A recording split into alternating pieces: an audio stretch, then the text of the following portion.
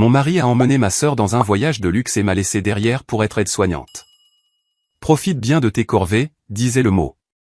J'ai pleuré de désespoir jusqu'à ce que ma grand-mère sénile se lève, me tende une carte noire et dise « Sèche tes larmes, Valérie. Je viens de geler leur compte bancaire.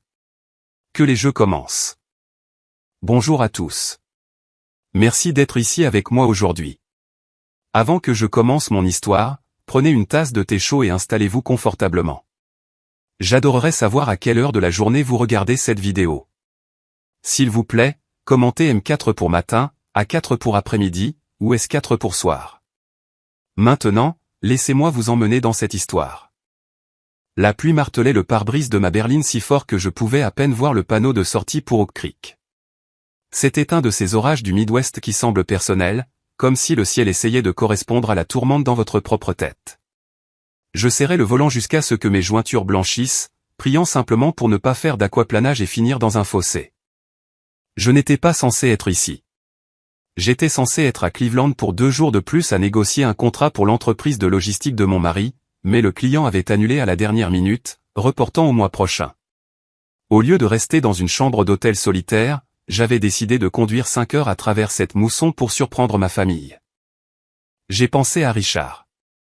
J'ai pensé à quel point il avait été stressé dernièrement, se plaignant toujours de son dos, des employés, de l'argent. J'ai pensé qu'un repas surprise fait maison pourrait lui remonter le moral. J'avais même un petit cadeau pour ma sœur, Glenda, qui vivait avec nous depuis 3 semaines parce qu'elle traversait une période difficile après une énième rupture. Et bien sûr, j'étais inquiète pour grand-mère Betty.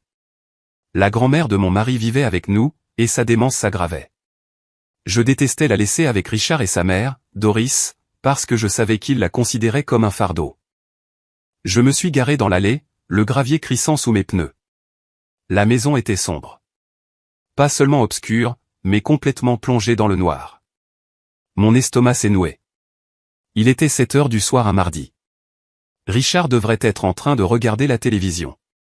Ma belle-mère, Doris, devrait être dans la cuisine à se plaindre de quelque chose. Glenda devrait être affalée sur le canapé, faisant défiler son téléphone. J'ai couru sous la pluie jusqu'au porche, cherchant mes clés à tâtons. Le vent me fouettait les cheveux sur le visage, me piquant les yeux. J'ai déverrouillé la porte et je suis entré. Le silence m'a frappé plus durement que la tempête dehors. Il faisait froid. Le thermostat avait été baissé beaucoup trop bas. Richard, ai-je appelé. Ma voix a résonné dans le couloir. Glenda? Doris? Rien. Je suis entré dans la cuisine, allumant la lumière. Les comptoirs étaient impeccables, ce qui était le premier signe que quelque chose n'allait pas. D'habitude, quand je rentrais de voyage, l'évier était rempli de vaisselle parce que personne d'autre dans cette maison ne savait comment remplir un lave-vaisselle. Mais aujourd'hui, c'était propre. Trop propre. Puis je l'ai vu. Un morceau de papier de cahier ligné posé au centre de l'îlot de cuisine, maintenu par la salière. Mon cœur s'est mis à battre contre mes côtes. Je me suis approché et je l'ai ramassé. J'ai immédiatement reconnu l'écriture de Richard. C'était griffonné à la hâte, comme s'il était pressé de finir de l'écrire et de partir. Valérie, disait le mot, Glenda a été très déprimée dernièrement. Elle a besoin d'une pause. Maman et moi avons décidé de l'emmener à Hawaï pour une semaine pour lui remonter le moral. Nous avons utilisé la carte de l'entreprise pour le vol, car c'est techniquement une dépense de cohésion d'équipe. On ne voulait pas te déranger pendant que tu travaillais. Tu es la personne responsable, donc nous savions que ça ne te dérangerait pas de tenir le fort. Grand-mère Betty est sur le canapé. Nous lui avons donné ses médicaments à midi. Profite du calme. On se voit dimanche. Je l'ai lu 2 fois, puis une 3e fois. Hawaï. Mon mari avait emmené ma sœur à Hawaï avec sa mère. Et il ne me l'avait pas dit. Ils avaient attendu que je sois hors de la ville, travaillant pour payer leur style de vie, et puis ils étaient partis. Dépenses de cohésion d'équipe. C'était un mensonge. Glenda ne travaillait pas pour l'entreprise. Elle ne travaillait nulle part.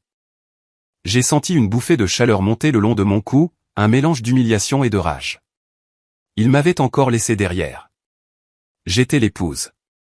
J'étais celle qui gérait les comptes de l'entreprise. J'étais celle qui cuisinait les repas et payait les factures. Mais quand venait le moment des vacances, j'étais celle qu'on laissait derrière pour changer des couches pour adultes et nourrir grand-mère Betty à la petite cuillère. Profite bien de tes corvées, me suis-je murmuré, froissant le mot dans mon poing. Nous avons emmené ta sœur à Hawaï. La trahison ne concernait pas seulement le voyage. C'était le secret. C'était le fait que ma sœur, mon propre sang, ne m'avait pas envoyé un seul message. Elle était probablement en train de siroter un métail en ce moment même, en riant avec mon mari. J'ai laissé tomber mon sac par terre et je me suis affaissé contre les placards. Les larmes sont venues, chaudes et rapides. Je me sentais si petite, si exploitée.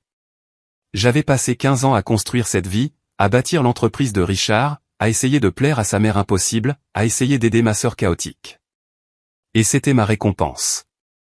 Une maison vide et une liste de corvées. J'ai enfoui mon visage dans mes mains, laissant échapper un sanglot qui sonnait rauque dans la cuisine vide. J'avais l'impression de ne plus pouvoir respirer. Je me noyais dans mon propre salon. Soudain, une main a touché mon épaule. J'ai sursauté, cherchant de l'air, et je me suis relevé en vitesse. Je me suis retourné, m'attendant à voir un intrus. C'était grand-mère Betty qui se tenait là. Elle portait sa chemise de nuit à fleurs, ses cheveux blancs détachés sur ses épaules. Mais elle n'était pas voûtée. Elle ne me regardait pas avec ce regard vide et confus auquel je m'étais habitué au cours des 3 dernières années. Elle se tenait droite. Le menton haut, et ses yeux bleus, étaient vifs, clairs, et brillaient d'une intensité que personne n'avait vue depuis une décennie. Elle a regardé le mot froissé dans ma main, puis mon visage strié de larmes. « Grand-mère » ai-je balbutié, en essuyant mes yeux. Je pensais que tu dormais. Tu avais besoin d'eau? Tu sais qui je suis. Elle a tendu la main et a pris le mot de ma main. Elle l'a lissé sur le comptoir, l'a lu une fois, et a laissé échapper un petit rire sec. Je sais exactement qui tu es, Valérie, a-t-elle dit. Sa voix ne tremblait pas. Elle était forte. Et je sais exactement où ces parasites sont allés. Ma mâchoire est tombée. Grand-mère, tu parles. Tu as du sens. Elle m'a regardé droit dans les yeux. Sèche tes larmes, petite fille. J'attendais qu'il fasse une erreur aussi grosse. Et par Dieu, ils viennent de nous tendre la pelle pour les enterrer. Je suis resté là, dans la cuisine, paralysé. La tempête faisait toujours rage dehors, mais la tempête à l'intérieur de la maison avait soudainement changé de direction. Grand-mère Betty, la femme à qui je donnais de la compote de pommes à la petite cuillère la semaine dernière, la femme qui me prenait soi-disant pour son infirmière nommée Mildred, me regardait avec l'acuité d'un faucon. « Grand-mère, je ne comprends pas » ai-je murmuré. Le médecin a dit que ton déclin cognitif était sévère. Tu ne m'as pas reconnu depuis 2 ans. Les gens voient ce qu'ils veulent voir, Valérie, a dit Betty en se dirigeant vers le réfrigérateur. Elle l'a ouvert, a écarté une brique de lait et a atteint un loquet caché tout au fond de l'étagère du bas. Richard voit une vieille femme sénile qui n'est qu'une signature sur un chèque. Doris voit un fardeau. Et toi, tu as vu quelqu'un qui avait besoin de soins. Tu as été la seule à être gentille avec moi quand tu pensais que je n'étais pas là. Elle a retiré une petite clé métallique scotchée sous l'étagère. Viens avec moi, a-t-elle ordonné. Ce n'était pas une demande. Elle m'a conduite dans le couloir jusqu'au petit bureau au fond de la maison. C'était censé être le repère d'homme de Richard, une pièce qu'il gardait fermée à clé parce qu'il prétendait y avoir des documents sensibles de l'entreprise. Je n'avais jamais eu de clé. Betty s'est approchée de la bibliothèque, a sorti un épais volume sur l'histoire navale et a révélé un coffre-fort caché derrière. Elle a utilisé la clé du réfrigérateur. À l'intérieur, il n'y avait pas d'argent. Il y avait un disque dur de haute technologie et une pile de dossiers juridiques. Je suis propriétaire de cette maison, Valérie, a dit Betty en branchant le disque dur sur l'ordinateur de bureau de Richard. Je suis propriétaire de l'entreprise de logistique. Je suis propriétaire du terrain sur lequel elle se trouve. Richard pense qu'il a une procuration parce que j'ai signé des papiers il y a 3 ans quand je suis tombé malade. Ce qu'il ne sait pas, c'est que la fiducie que l'on a mise en place a une clause de sécurité. Au moment où je pourrais prouver que je suis saine d'esprit, son autorité s'évapore. Mais pourquoi, ai-je demandé, m'enfonçant dans le fauteuil de bureau. Pourquoi faire semblant? Pourquoi les laisser te traiter comme un meuble? Parce que j'avais besoin de savoir, a-t-elle dit, sa voix devenant froide. J'avais besoin de savoir qui m'aimait et qui aimait mon argent. Et plus important encore, j'avais besoin de savoir ce qu'il faisait quand il pensait que personne ne regardait. Elle a cliqué sur un fichier sur l'écran de l'ordinateur nommé Eleni. J'ai fait installer des caméras cachées dans le salon et la chambre principale il y a 4 ans, juste avant de commencer ma petite comédie, a-t-elle dit. Regarde. Je me suis penché. L'horodatage sur la vidéo datait d'il y a 2 semaines. C'était un mardi vers midi. J'étais au travail. La vidéo montrait mon salon. Glenda était là, portant un de mes peignoirs en soie. Elle riait, tenant un verre de vin. Richard est entré dans le champ. Mon estomac s'est tordu. Il ne faisait pas que lui parler. Il s'est approché d'elle par derrière, a enroulé ses bras autour de sa taille et lui a embrassé le cou. J'ai eu un haut-le-cœur. J'ai physiquement eu un haut-le-cœur. Non, ai-je murmuré. Non, s'il vous plaît. C'est ma sœur. Continue de regarder, a dit Betty doucement, posant une main sur mon épaule. Elle est tellement ennuyeuse, Richie, disait Glenda à l'écran. Valérie est si coincée. Quand vas-tu la quitter? Tu as dit qu'une fois que tu aurais le plein contrôle des comptes de la vieille bique, tu mettrais Valérie à la porte. Richard a ri à l'écran. Patience, bébé. La vieille bique, il a fait un geste vers le couloir où se trouvait la chambre de Betty, tient à peine le coup. Une fois qu'elle cassera sa pipe, le fond en fiducie se débloquera complètement. J'ai besoin que Valérie continue de tenir les comptes jusque-là. C'est la seule qui sait comment tenir le fisc à distance. En plus, c'est une femme de ménage gratuite. Je déteste te partager, a boudé Glenda, se retournant pour l'embrasser sur les lèvres. Mon mari embrassant ma sœur dans ma maison. Pendant que j'étais au travail à gagner l'argent pour acheter le vin qu'il buvait. J'ai eu l'impression d'avoir reçu un coup de poing dans le ventre. L'air a quitté mes poumons. La trahison était si absolue, si stratifiée que mon cerveau ne pouvait pas la traiter.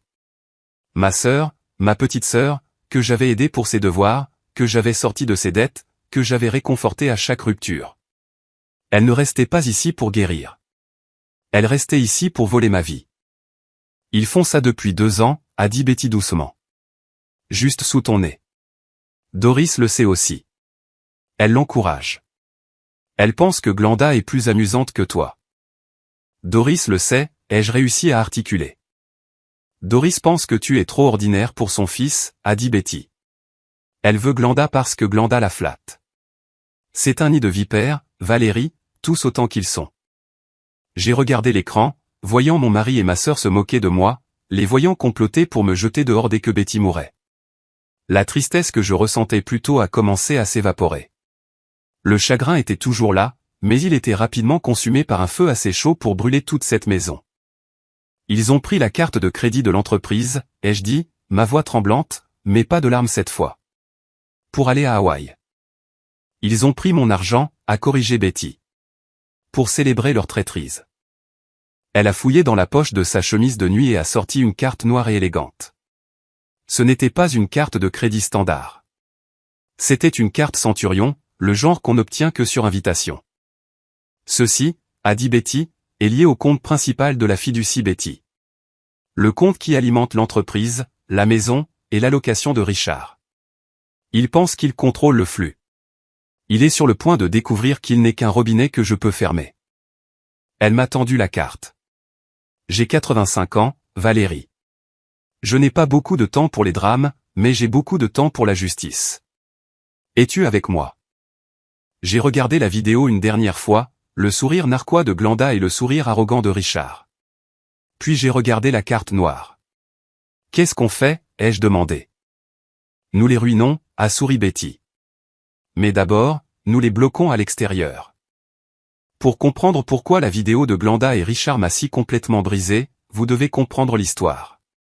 Vous devez comprendre que le fait que Glenda prenne ce qui était à moi n'était pas nouveau. C'était le refrain de toute notre vie. Nous avons grandi dans une petite ville de l'Ohio. J'étais la sœur aînée de 7 ans. Dès la naissance de Glenda, la dynamique a été gravée dans le marbre.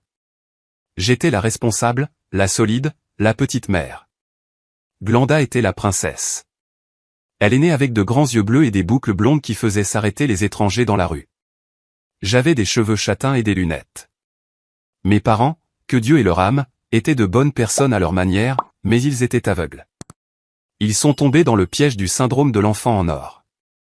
Parce que j'étais capable, ils m'ignoraient. Parce que Glenda était délicate et sensible, ils ont tout investi en elle. Je me souviens de mon 16e anniversaire. J'avais économisé mon argent de poche pendant 2 ans pour acheter une Honda Civic d'occasion à notre voisin. J'en avais besoin pour aller à mon travail à temps partiel à la bibliothèque. Le matin de mon anniversaire, mon père m'a fait asseoir. Il avait l'air peiné. « Valérie, chérie, a-t-il dit. Glenda veut vraiment aller à ce camp de cheerleading en Floride. C'est son rêve. Nous sommes un peu à court d'argent ce mois-ci. Puisque tu es si doué pour économiser et que tu peux simplement prendre le bus pour aller travailler, peut-être pourrions-nous utiliser ton fonds pour la voiture pour son camp. Cela signifierait tout pour elle. » Je me souviens de la boule dans ma gorge. Elle avait un goût de cendre. « Mais papa, j'ai travaillé pour cet argent. »« je sais, a-t-il dit. Mais tu es forte, Val. Tu peux supporter le bus. Glenda, elle est fragile. Si elle n'y va pas, elle sera anéantie. Tu ne veux pas que ta sœur soit déprimée, n'est-ce pas? » C'était l'arme qu'ils utilisaient toujours. Le bonheur de Glenda était obligatoire. Le mien était facultatif. Je leur ai donné l'argent. J'ai pris le bus. Glenda est allée au camp, a abandonné après 3 jours parce qu'il faisait trop chaud, et ne m'a jamais remboursé. Mais le pire souvenir, celui qui me réveille encore la nuit, est arrivé quand j'avais 22 ans. J'ai toujours aimé la pâtisserie. C'est mon article. La farine, le sucre, le beurre, ils ont un sens pour moi que les gens n'ont jamais eu. J'avais postulé pour une bourse prestigieuse dans un institut culinaire à Chicago. C'était un pari risqué, mais je l'ai obtenu. Une bourse partielle qui aurait changé ma vie. J'avais $5 000 d'économie pour couvrir le reste des frais de scolarité et de logement. Je suis rentré à la maison en agitant la lettre d'acceptation, éclatant de fierté. Glenda était sur le canapé en train de pleurer. Elle avait 15 ans alors. « Qu'est-ce qui ne va pas ?» ai-je demandé. « Mon nez » a-t-elle gémi. « Il est hideux. Les garçons à l'école m'ont appelé le toucan. Je ne peux pas y retourner. Je vais me tuer. Je le jure. » C'était une bosse. Une minuscule bosse à peine visible sur l'arête de son nez. Ma mère m'a regardé, ses yeux suppliants. « Valérie, elle est hystérique. Elle n'a pas mangé depuis 2 jours. Nous avons trouvé un chirurgien qui peut le réparer, mais l'assurance ne le couvrira pas. C'est $5 000. Je me suis figé. Non, ai-je dit. Non, maman. C'est mon argent pour les frais de scolarité. Je pars pour Chicago dans 1 mois. Comment peux-tu être si égoïste, a crié Glenda, me jetant un oreiller. Tu veux que je sois moche pour toujours? Tu es juste jalouse parce que tu es la grosse sœur. Glenda, arrête, a dit papa faiblement. Mais ensuite il s'est tourné vers moi. Valérie, regarde-la. Elle souffre. Tu pourras toujours aller à l'école de cuisine l'année prochaine. Tu es jeune. Tu peux travailler une autre année et économiser à nouveau. C'est de la santé mentale de ta sœur dont il est question. J'ai regardé mes parents. J'ai regardé Glenda, dont les larmes ont séché instantanément dès qu'elle a senti que je pourrais céder. Je n'arrive pas à croire que vous me demandiez ça, ai-je murmuré. Nous te demandons d'être la grande sœur, a dit maman. S'il te plaît, Val, fais-le pour la famille. Je l'ai fait. Je leur ai donné l'argent. Glenda a eu sa rhinoplastie. Elle avait exactement la même apparence après, mais soudain, elle était assez confiante pour commencer à sortir avec le capitaine de l'équipe de football. Je ne suis jamais allé à l'école de cuisine. La vie s'en est mêlée. Mes parents sont tombés malades, l'économie s'est effondrée, et j'ai dû prendre un travail de bureau pour payer les factures. J'ai enfermé mon rêve de pâtisserie dans une boîte enfouie au plus profond de mon cœur. Et maintenant, 20 ans plus tard, je regardais un écran d'ordinateur, voyant cette même sœur, celle pour le nez de qui j'avais payé, coucher avec mon mari. Elle est tellement ennuyeuse, avait dit Glenda dans la vidéo. Elle est coincée. Je n'étais pas coincé, Glenda. J'étais épuisé. J'étais épuisé par 40 ans à soutenir le ciel pour que tu puisses danser en dessous. Je me suis levé du bureau dans le cabinet de Richard. Le souvenir de cette bourse perdue brûlait dans ma poitrine, alimentant le feu que Betty avait allumé. Tu sais, ai-je dit à Betty, ma voix dure. Elle a emprunté mes boucles d'oreilles en émeraude préférées pour ce voyage. Je ne les lui ai pas prêtées. Elle les a juste prises dans ma boîte à bijoux. Betty a souri. Eh bien, espérons qu'elle appréciera de les porter pendant qu'elle mendiera de la monnaie à l'aéroport d'Honolulu. La trahison ne s'est pas arrêtée avec Glenda. Si Glenda était la voleuse de mon enfance, Richard était le voleur de ma vie d'adulte. J'ai rencontré Richard il y a 10 ans. Je travaillais comme chef d'équipe dans une boulangerie industrielle. Pas la pâtisserie chic dont j'avais rêvé, mais ça payait les factures. Richard est entré en tant que client. Il était charmant, habillé de costumes qui semblaient chers de loin mais bon marché de près. Il m'a dit qu'il était le PDG de Art Logistique, un héritage familial. Il parlait de chaînes d'approvisionnement et de portée mondiale avec une telle confiance que j'ai été séduite. J'avais 35 ans, j'étais célibataire et fatigué d'être la personne responsable qui rentrait dans un appartement vide. Richard me faisait me sentir spécial. Il me disait que j'étais intelligente, capable, belle. Nous nous sommes mariés 1 an plus tard. C'est là que le masque est tombé. 2 mois après le mariage, Richard m'a fait asseoir à la table de la cuisine. Il avait l'air pâle. « Val, bébé, nous avons un problème », a-t-il dit. L'entreprise, elle ne va pas aussi bien que je l'ai dit. Le comptable a démissionné. Le fisc nous contrôle. Je ne sais pas quoi faire. Je suis bon pour la vue d'ensemble, mais les chiffres, ils me dépassent. Il m'a montré les livres. C'était un désastre. Art Logistique, c'était essentiellement 3 camions et une montagne de dettes. Il n'avait pas payé les charges sociales depuis 6 mois. J'ai besoin de toi, a-t-il dit en me tenant les mains. Tu es si organisé. Tu gérais cette boulangerie parfaitement. Peux-tu juste y jeter un œil? Juste m'aider à réparer le système de classement. Richard, j'ai un travail à temps plein, ai-je dit. Je suis en lice pour une promotion au poste de directrice régionale. Mais c'est notre héritage, a-t-il plaidé. Ma grand-mère a créé cette entreprise. Si elle fait faillite, ça la tuera. Fais-le pour Betty. S'il te plaît, quitte la boulangerie. Je te verserai un salaire une fois que nous serons rentables. Tu pourras être la directrice financière. J'ai regardé ses yeux désespérés. J'ai pensé au mariage, au partenariat. J'ai pensé pour le meilleur et pour le pire. Alors, j'ai quitté mon travail. J'ai sacrifié ma promotion. J'ai retroussé mes manches et j'ai plongé dans le désordre qu'était Art Logistique. Pendant les 5 années suivantes, j'ai travaillé 16 heures par jour. J'ai appris le droit fiscal des sociétés par moi-même. J'ai renégocié des contrats avec des fournisseurs qui étaient sur le point de nous poursuivre.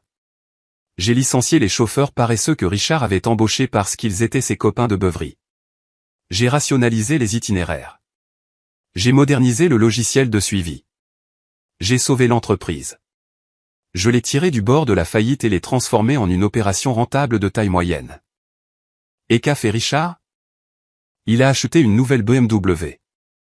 Il a rejoint un club de golf. Il a commencé à aller à des déjeuners d'affaires qui duraient 3 heures. Chaque fois que je demandais mon salaire, le salaire qu'il m'avait promis, il devenait sur la défensive. Val, allons, disait-il. Pourquoi as-tu besoin d'un salaire? Tout ce que j'ai est à toi. Nous sommes mariés. Te mettre sur la liste de paie ne fait qu'augmenter notre charge fiscale. Gardons-le sur le compte de l'entreprise pour pouvoir réinvestir. Je l'ai cru. J'étais stupide, mais je l'ai cru. Je pensais que nous construisions un avenir ensemble. Mais le pire, ce n'était pas l'argent. C'était le mérite.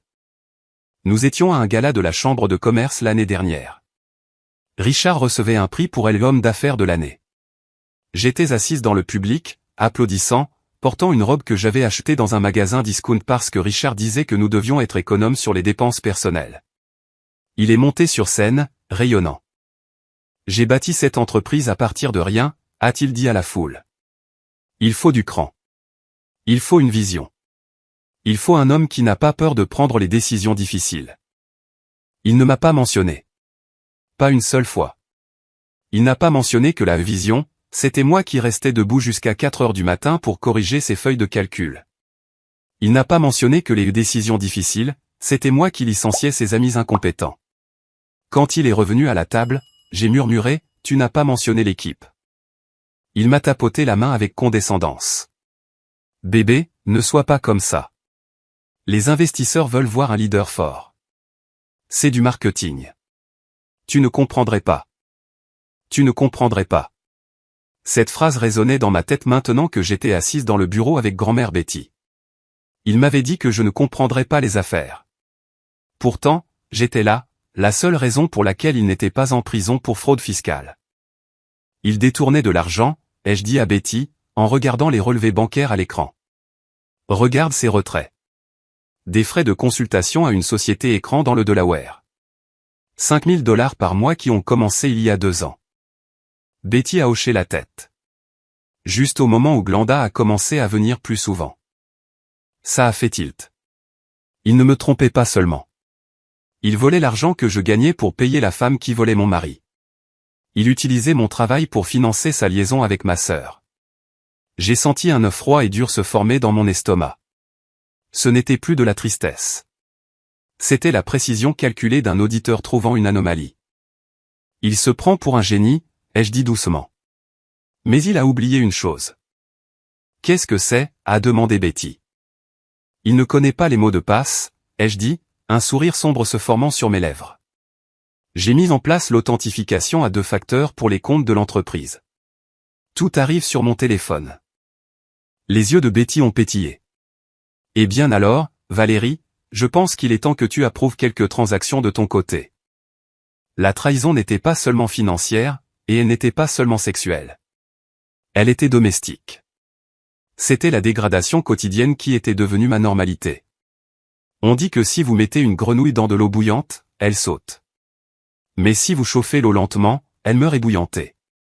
J'étais en train de bouillir depuis des années. Vivre avec Richard signifiait vivre avec sa mère, Doris. Quand son mari est mort, Richard a insisté pour qu'elle emménage avec nous. Elle est seule, Val. C'est la chose chrétienne à faire. Doris était une femme qui avait maîtrisé l'art du compliment déguisé. Oh, Valérie, disait-elle en me regardant laver le sol. C'est si bien que tu aimes le travail manuel. J'ai toujours été trop délicate pour ça. Mes mains étaient faites pour le piano, pas pour l'eau de Javel. Ou au dîner. Ce rôti est intéressant. Un peu sec, mais je suppose que les femmes qui travaillent n'ont pas le temps d'apprendre les bonnes marinades. Glenda, ma chérie, passe le sel. Et puis il y avait Glenda. Ma sœur ne venait pas seulement en visite, elle envahissait. Elle passait un vendredi juste pour dire bonjour et restait jusqu'au mardi. Elle traitait ma maison comme un hôtel et moi comme le personnel. Je me souviens d'un dimanche particulier le mois dernier. Il faisait une chaleur étouffante. J'étais dehors dans le jardin à désherber les rosiers de Doris parce qu'elle prétendait que son arthrite la faisait souffrir. Je transpirais, j'étais couverte de terre, j'avais mal au dos. J'ai regardé par la porte-fenêtre dans le salon. La climatisation tournait à plein régime à l'intérieur. Richard était assis dans son fauteuil inclinable à regarder le football. Doris était dans son fauteuil à tricoter. Et Glenda peignait les ongles de pied de Doris. Il riait. Cela ressemblait à un tableau de famille parfait. Le fils, la mère et la belle-fille. Je suis rentré pour prendre un verre d'eau. Les rires se sont arrêtés instantanément. Oh, Val, a dit Richard, sans détourner les yeux de la télévision. Pendant que tu es debout, peux-tu me prendre une bière? Et maman a besoin de plus de thé glacé. Je travaille dans le jardin depuis 3 heures, Richard, ai-je dit en essuyant la sueur de mon front. Je suis épuisé. Ne sois pas grincheuse, a glapi Glenda, levant les yeux avec un sourire doux et empoisonné. Elle portait un de mes pantalons de yoga, les chers que je m'étais offert comme une gâterie mais que je n'avais jamais le temps de porter. Il lui allait mieux. Nous disions justement à quel point tu as de la chance d'avoir un si beau jardin pour jouer. C'est thérapeutique, non? Jouer, ai-je répliqué. C'est du travail, Glenda. Contrairement à toi, je ne pense pas que la vie soit de longues vacances. Ouah. Calme-toi, tigresse, a dit Richard en se levant.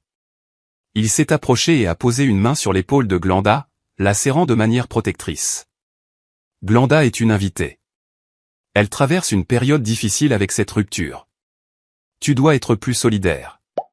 Tu es toujours si négative ces derniers temps. C'est épuisant. Elle a raison, Valérie, a ajouté Doris, inspectant ses orteils fraîchement peints. Glenda apporte de la lumière dans cette maison.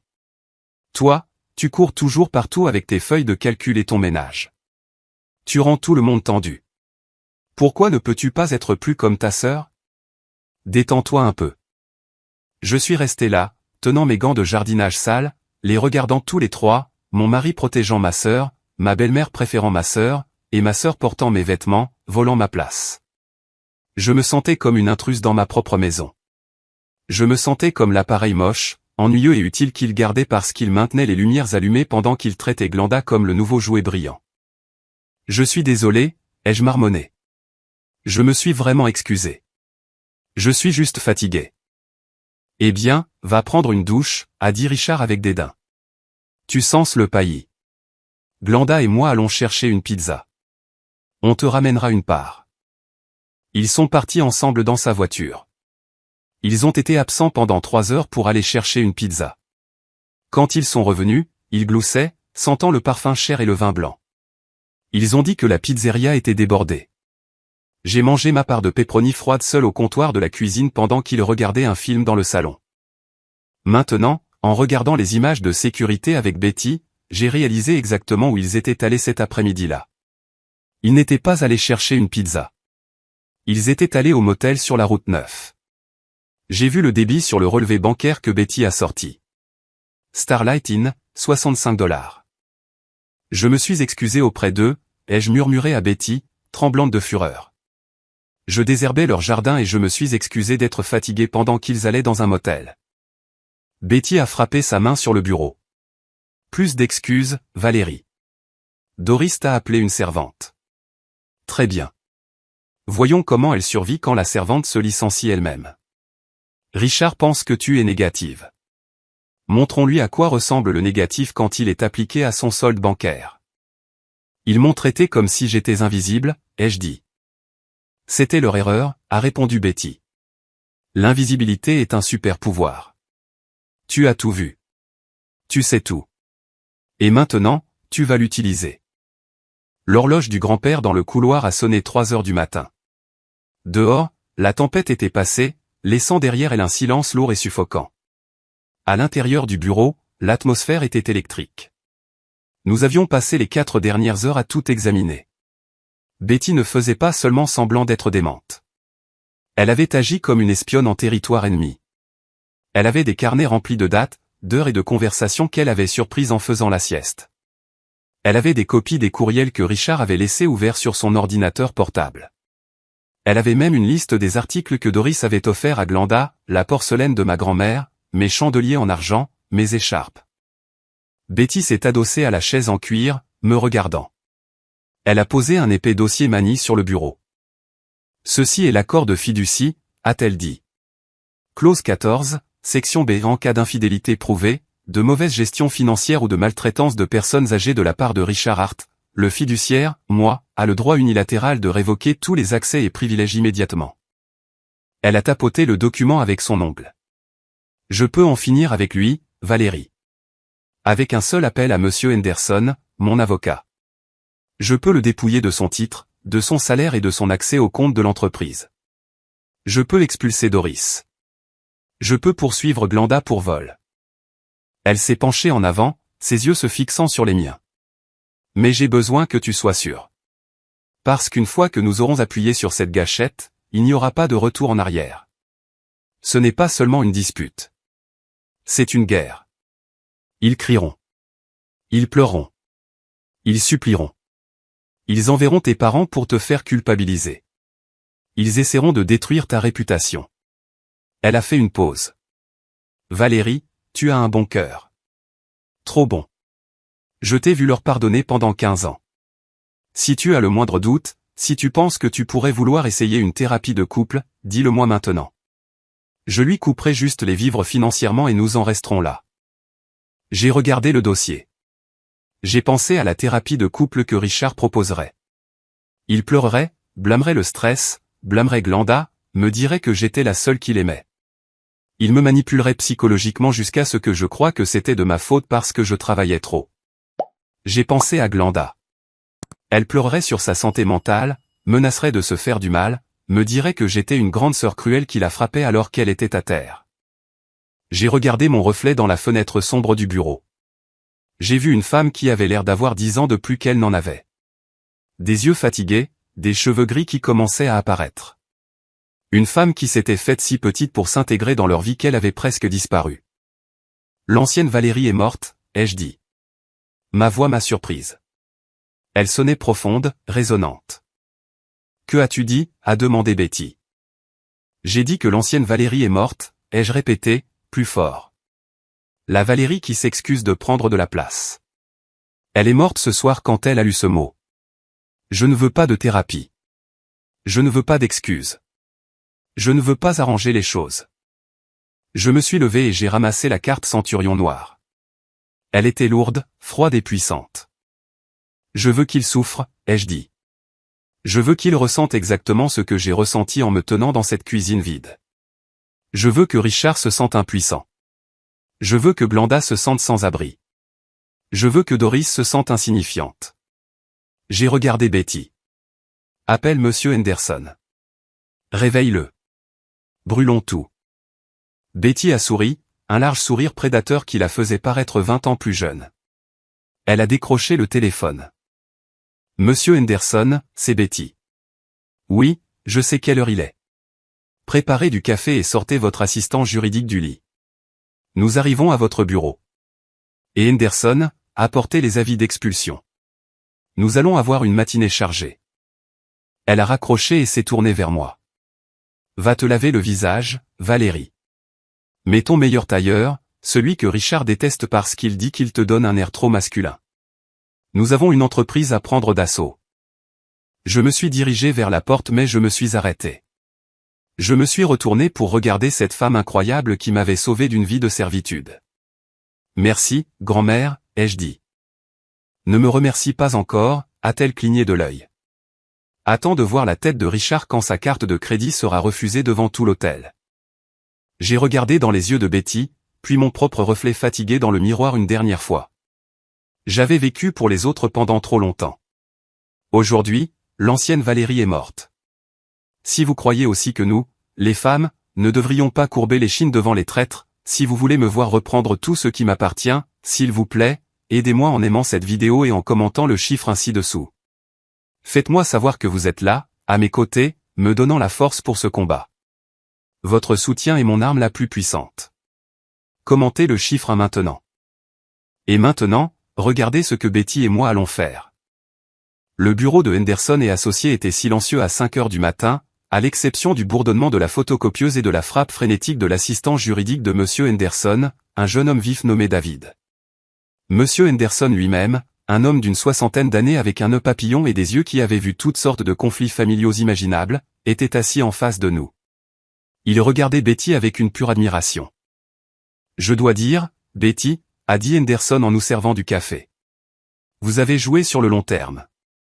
Je commençais à m'inquiéter que vous laissiez ce petit-fils vider la fiducie avant que vous ne reveniez à la raison. J'avais besoin qu'il se pende lui-même, Arthur, a dit Betty en sirotant son café noir. Et il l'a fait. Il a construit une potence si haute qu'il peut voir Hawaï depuis celle-ci. Nous nous sommes mis au travail. L'efficacité était terrifiante et magnifique. D'abord, l'affidavit médical. Betty voyait secrètement un neurologue dans le comté voisin depuis 3 ans, un ami de Henderson. Nous avions une évaluation fraîche datant d'hier. Elle s'était éclipsée pendant que j'étais en voyage et que Richard faisait ses valises, confirmant qu'elle était saine d'esprit et d'une intelligence supérieure. Ce document annulait immédiatement la procuration médicale que Richard détenait. Maintenant, le coupe-circuit financier, a dit Henderson en faisant glisser un document vers moi. Valérie, comme vous le savez, Richard est le PDG opérationnel de Hart Logistique. Cependant, l'entreprise est détenue à 100% par la fiducie révocable Betty Hart. Les statuts de la fiducie stipulent que le fiduciaire, Betty, peut révoquer tout dirigeant pour un motif valable sans préavis. Nous avons un motif valable, ai-je dit en posant la clé USB avec les vidéos et les relevés bancaires sur le bureau. Détournement de fonds, confusion de patrimoine, turpitude morale. Excellent, a dit Henderson. Il a tapé une commande sur son ordinateur. Je révoque officiellement l'autorisation de signature de Richard sur tous les comptes de l'entreprise. Je gèle également les cartes de crédit de l'entreprise. À compter de maintenant. Il a appuyé sur Entrée. J'ai senti un frisson me parcourir l'échine. Quelque part dans l'éther bancaire, une porte numérique venait de se refermer brutalement. Maintenant, pour les actifs personnels, a dit Betty. L'acte de propriété de la maison est dans la fiducie, a confirmé Henderson. Richard et Valérie sont des locataires à volonté. Doris est une invitée. Nous pouvons émettre un avis de quitter les lieux immédiats. En gros, un avis d'expulsion, citant les activités illégales, la consommation de drogue, si ce vin que Glenda buvait n'était pas la seule chose, ou simplement en mettant fin au bail. Faites-le, a dit Betty. Mais changez les serrures d'abord. Je ne veux pas qu'il revienne et casse tout. J'ai un serrurier sur mon répertoire, ai-je dit. Il me retrouve à la maison à 9 heures. Puis est venue la découverte qui a de nouveau fait bouillir mon sang. Valérie, a dit Henderson, fronçant les sourcils devant une feuille de calcul. Étiez-vous au courant de l'appartement en ville? Le logement de fonction? Non, ai-je dit. Nous n'avons pas de logement de fonction. Nos chauffeurs dorment dans leur cabine ou des motels. Richard a acheté un appartement de 2 chambres dans le centre de Chicago il y a 18 mois en utilisant les fonds de l'entreprise. Il est répertorié comme un actif, mais les factures de services publics sont au nom de Glenda Miller. J'ai fermé les yeux. Un appartement. Il lui avait acheté un appartement avec l'argent que j'avais économisé en changeant l'assurance de notre flotte. Saisissez-le, a ordonné Betty. Changez les serrures de celui-là aussi. Si elle a des vêtements là-bas, mettez-les sur le trottoir. En fait, ai-je dit, une idée me venant à l'esprit. Ne les mettez pas sur le trottoir. Donnez-les. Glenda déteste les friperies.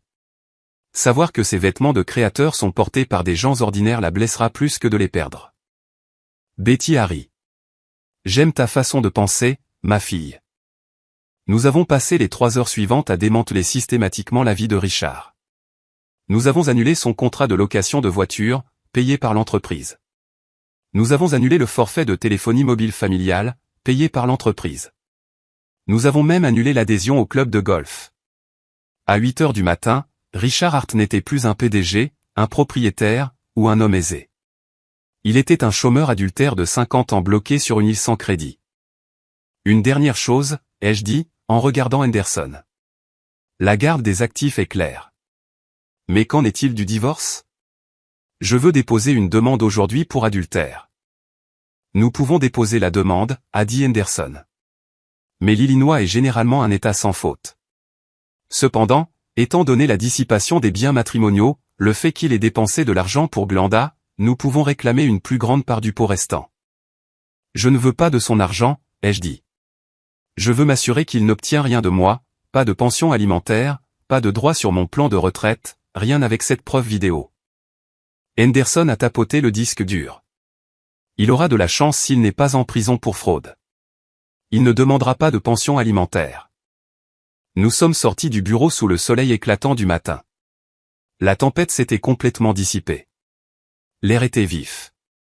Je me sentais plus légère que je ne l'avais été depuis des années. Eh bien, a dit Betty en mettant ses lunettes de soleil.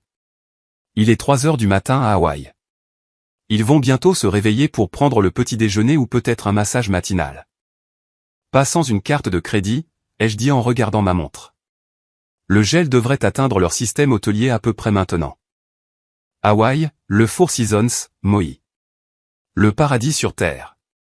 Sauf si vous êtes Richard Hart et que votre vie vient d'être supprimée à distance. Je n'étais pas là pour le voir, mais je peux le reconstituer parfaitement en me basant sur les messages vocaux et les textos frénétiques que j'ai reçus plus tard. C'était le soir à Hawaï. Richard, Glenda et Doris étaient au restaurant le plus cher de l'hôtel, Ferraroes. Ils avaient commandé du bœuf wagyu, du homard et 3 bouteilles de Dom Pérignon. Ils célébraient leur fuite de la corvée de la maison. Célébraient le fait que j'étais coincé avec les corvées. L'addition est arrivée. Elle s'élevait à plus de $5 000.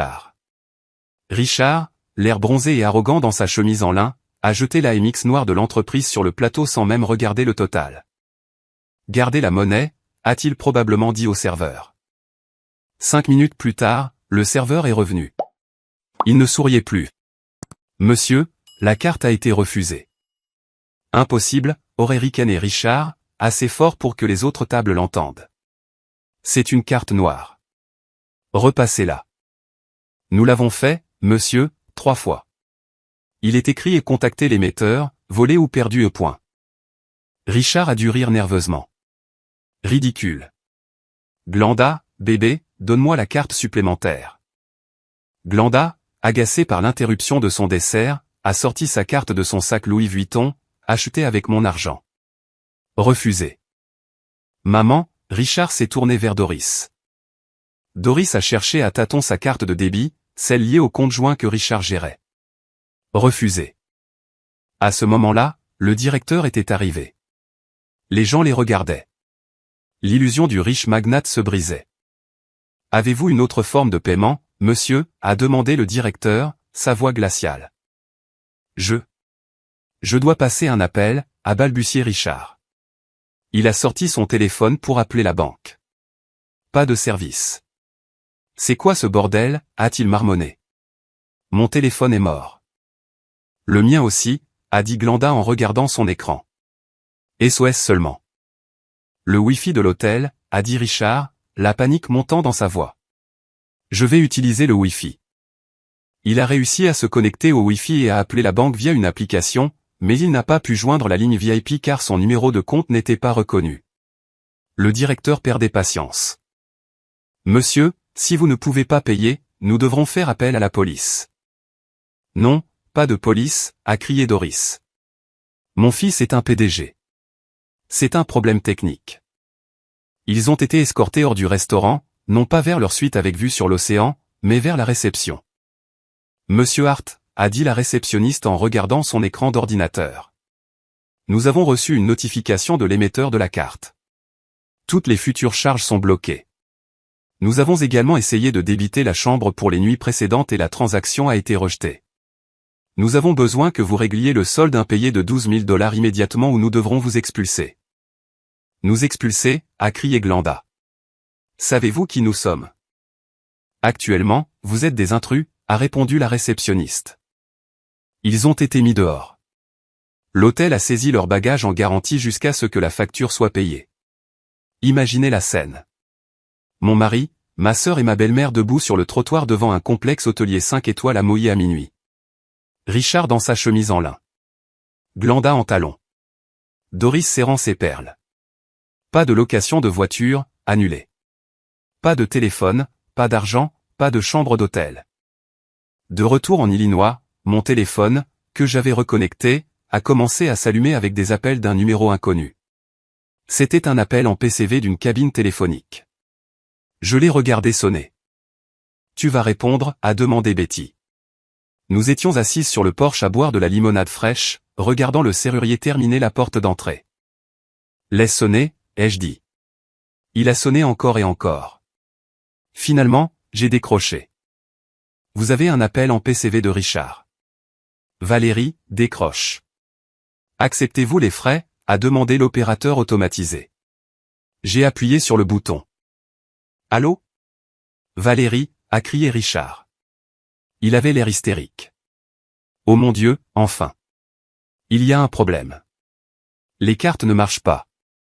Les téléphones sont morts. Nous sommes à la rue. L'hôtel a volé nos sacs.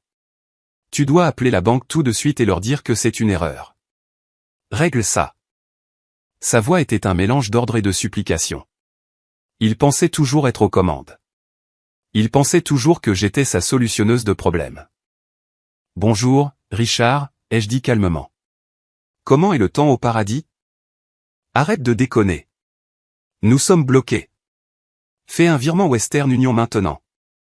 Je ne peux pas faire ça, Richard, ai-je dit en prenant une gorgée de limonade. Pourquoi pas? Es-tu incompétente?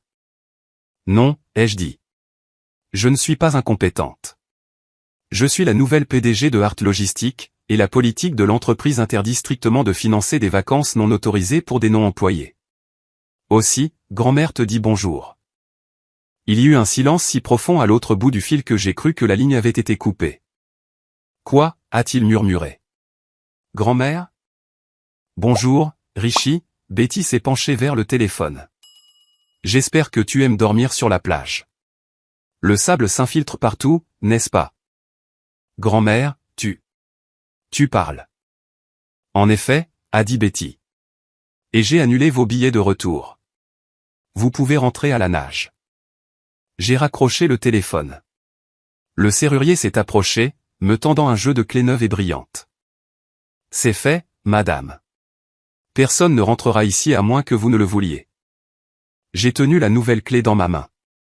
Elle était plus agréable que n'importe quelle bague en diamant que Richard m'ait jamais offerte. Alors, a dit Betty, en regardant le coucher de soleil. Ils sont bloqués à 4000 miles d'ici sans argent. Ouais, ai-je souri. Ils finiront par trouver une solution, a prévenu Betty. Glenda est pleine de ressources quand elle est désespérée. Ils reviendront. Je sais, ai-je dit, mes yeux se plissant. Et quand ils reviendront, le vrai spectacle commencera. Pendant que mon mari et ma sœur étaient bloqués dans un aéroport hawaïen, dormant sur des chaises en plastique dur et suppliant des étrangers pour des points d'accès Wi-Fi, j'étais de retour en Illinois, engagé dans l'acte de soins personnels le plus violent que j'ai jamais tenté. Nous l'avons appelé la purge. Il ne s'agissait pas seulement de changer les serrures. Il s'agissait d'exorciser un démon. Betty et moi avions engagé un serrurier moins d'une heure après l'appel téléphonique, mais après son départ, le silence de la maison semblait lourd. Il était rempli des fantômes de ma stupidité. Partout où je regardais, je voyais des rappels de mon aveuglement. J'ai commencé par la chambre d'amis. C'était la chambre que Glenda avait revendiquée comme son sanctuaire 3 semaines auparavant. Elle m'avait dit qu'elle avait besoin d'un endroit pour guérir après sa rupture. Entrer dans cette pièce maintenant, sachant ce qu'elle avait fait, l'air semblait épais et suffocant. Il y avait son odeur. Un mélange écœurant de parfums de vanille chère et de vin blanc éventé. J'ai commencé à vider la pièce. Je n'ai rien plié. Je n'ai pas organisé. J'ai attrapé des brassées de ses vêtements, les jeans de marque que je lui avais achetés pour son anniversaire, les chemisiers en soie qu'elle avait empruntés dans mon placard et jamais rendus, et je les ai fourrés dans des sacs poubelles noirs très résistants. J'ai trouvé mon pull en cachemire, celui que j'avais cherché tout l'hiver, roulé en boule dans un coin du placard, taché de ce qui semblait être du café et du rouge à lèvres. Je n'ai même pas essayé de le nettoyer. Je l'ai jeté à la poubelle. Il était contaminé. Tout ce qu'elle touchait semblait contaminé. Alors que je débarrassais la table de chevet, balayant ses produits de soins de la peau coûteux dans une boîte à données, ma main a heurté quelque chose de dur sous une pile de magazines de mode. C'était son iPad. Mon cœur battait la chamade contre mes côtes. Je savais que je ne devais pas regarder. Je savais que ça ne ferait que me blesser. Mais la rage est un carburant puissant, et la curiosité est son étincelle. J'ai appuyé sur le bouton d'accueil. Il n'était pas verrouillé. Bien sûr que non. Glenda était si arrogante, si sûre de sa place d'enfant en or, qu'elle n'avait jamais pensé avoir besoin d'un mot de passe dans une maison qu'elle considérait comme son royaume personnel. J'ai ouvert l'application de messagerie. J'ai vu la conversation avec Richie Amour. J'ai fait défiler en arrière, non pas des semaines, mais des années. J'ai vu un message d'il y a 2 ans. Glenda, elle refait cet horrible pain de viande. Je peux le sentir depuis l'allée. Ça me donne envie de vomir. Richard, souris et mange, bébé. On a besoin qu'elle soit heureuse pour qu'elle signe les papiers de refinancement de l'entrepôt. J'ai senti la bile me monter à la gorge. Le pain de viande. Richard m'avait toujours dit que c'était son plat préféré. Il le demandait spécifiquement. Il utilisait ma cuisine, mon acte d'amour, comme une tactique de manipulation. J'ai continué à faire défiler. La trahison allait plus loin que le sexe. C'était un assassinat complet de ma personne. Glenda, Valérie se promène dans ses horribles chaussures orthopédiques comme si elle était une sorte de martyr. C'est pathétique. Elle pense vraiment qu'elle est la PDG. Elle n'est qu'une secrétaire glorifiée. Richard, c'est une secrétaire utile. Une fois que la vieille bique aura enfin cassé sa pipe et que le fonds en fiducie sera débloqué, nous pourrons divorcer. Nous lui offrirons un règlement pour la faire taire. Peut-être lui acheter un tchat. Ils avaient planifié mon avenir. Un avenir solitaire avec un chat et un règlement payé avec mon propre argent. Puis j'ai trouvé l'application de journal intime. Glenda tenait un journal numérique. Entrée du 2 novembre, Doris est enfin d'accord. Elle convient que Valérie est stérile et inutile. Elle veut des petits-enfants. Je lui ai dit que je pourrais être enceinte juste pour l'exciter.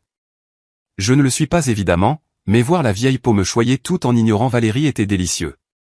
Valérie avait l'air sur le point de pleurer quand Doris lui a demandé pourquoi elle ne pouvait pas mener une grossesse à terme. Mon Dieu, c'est si facile de la briser. J'ai laissé tomber l'iPad sur le lit. J'ai eu l'impression d'avoir reçu un coup de poing dans l'estomac.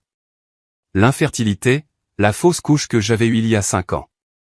Doris l'avait constamment mentionné, utilisant ma douleur comme une arme. Et voici la preuve. Glenda lui avait fourni les munitions. Glenda avait menti sur une grossesse juste pour remuer le couteau dans mon cœur. Je me suis effondré sur le sol, entouré de sacs poubelles. Je n'ai pas pleuré. Je crois que j'avais épuisé mes larmes. À la place, une résolution froide et dure s'est installée en moi. C'était un sentiment effrayant. C'était la mort de l'empathie. J'ai repris l'iPad. Je n'ai pas seulement lu. J'ai documenté. J'ai fait des captures d'écran de tout. Chaque insulte, chaque aveu de vol, chaque complot pour frauder l'entreprise. Je me les suis envoyés par courriel. Je les ai envoyés à Monsieur Henderson, l'avocat. Je les ai sauvegardés sur un disque en nuage auquel Richard ne pouvait pas accéder. Je me suis levé et je suis allé dans la chambre principale. Ma chambre, le lit que je partageais avec Richard. J'ai enlevé les draps. J'ai traîné le matelas hors du cadre de lit. J'ai appelé les déménageurs que j'avais engagés pour vider les meubles. Emmenez ça à la décharge, ai-je dit en désignant le matelas. Madame, il a l'air tout neuf, a dit le déménageur. Il est infesté, ai-je dit, ma voix plate, de serpents. J'ai passé le reste de la nuit à frotter. J'ai frotté les sols jusqu'à ce que mes genoux soient meurtris. J'ai blanchi les salles de bain. Je voulais laver leur ADN des fibres de ma maison. À 3 heures du matin, la maison sentait l'eau de javel et le citron. Elle était vide de leur désordre. La collection de poupées en porcelaine effrayante de Doris était emballée dans des boîtes dans le garage. Les clubs de golf de Richard étaient mis en vente gratuitement sur Craigslist. Betty est sortie de sa chambre en s'appuyant sur sa canne, non pas parce qu'elle en avait besoin, mais parce qu'elle aimait l'effet dramatique. « Tu as manqué un endroit », a-t-elle dit, en désignant une photo encadrée sur la cheminée. C'était une photo de moi, Richard et Glenda à un barbecue, tous souriants. Je me suis approché, j'ai pris le cadre et j'ai retiré la photo. Je l'ai déchirée en deux, me séparant d'eux. J'ai jeté leur moitié à la poubelle et j'ai remis ma moitié dans le cadre. Mieux, a dit Betty. Maintenant, va dormir. Les rats rentrent à la maison demain et nous devons être prêts à fermer le piège. Ils ne sont pas revenus tranquillement. Je savais qu'ils ne le feraient pas. Les narcissiques n'acceptent pas la défaite. Ils la considèrent comme une déclaration de guerre. C'était un mardi après-midi quand le taxi s'est arrêté, un vieux taxi jaune cabossé, pas le Uber Black sur lequel Richard insistait habituellement. Il devait être vraiment à sec. J'ai regardé depuis la fenêtre du salon, caché derrière les rideaux. Betty était assise dans son fauteuil, sirotant du thé, ressemblant à un général passant ses troupes en revue. J'avais engagé des agents de sécurité. 2 policiers en civil, Mike et Tony, étaient garés dans une voiture banalisée au bout de l'allée. Je ne prenais aucun risque avec le tempérament de Richard. Les portières de la voiture se sont ouvertes. En est sortie la Trinité impie, l'air d'avoir été mâché et recraché par l'univers. Richard portait la même chemise en lin qu'à son départ, maintenant tachée de sueur et froissée au-delà de toute reconnaissance. Il ne s'était pas rasé depuis 3 jours. Glenda était encore pire. Ses cheveux, habituellement un brushing blond parfait, étaient un nid d'oiseau crépus. Elle portait des tongs et un t-shirt de touriste qui disait « Aloha » en lettres craquelées. Doris avait l'air frêle et terrifiée, s'accrochant au bras de Richard. Ils ont traîné leurs bagages jusqu'à l'allée. Ils ne savaient pas encore pour les serrures. Ils ne savaient pas pour la police. Ils pensaient juste qu'ils rentraient à la maison pour me crier dessus et rétablir leur domination. J'ai entendu la clé gratter contre la serrure, puis le cliquetis, puis le secouement violent. « C'est quoi ce bordel » ai-je entendu Richard marmonner. Il a réessayé. Il a cogné son épaule contre le bois. Valérie, ouvre cette fichue porte. J'ai ouvert la porte mais j'ai gardé la lourde chaîne de sécurité verrouillée. J'ai regardé par la fente. Bienvenue à la maison, ai-je dit, ma voix dénuée de chaleur. Je vois que vous êtes revenu du paradis. Ouvre la porte, espèce de psychopathe, a crié Richard, son visage virant à un rouge violent. Ma clé ne marche pas.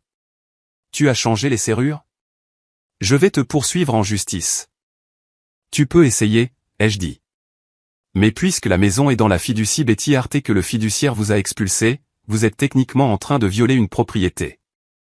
J'habite ici, a gémi Doris, poussant son visage dans la fente. Je suis une vieille femme. Tu ne peux pas me faire ça. J'ai mes médicaments pour le cœur à l'intérieur. Tes médicaments sont dans une boîte sur le porche, Doris, ai-je dit, en désignant une boîte en carton que j'avais laissée dehors avec une liste de motels locaux. Glenda s'est avancée.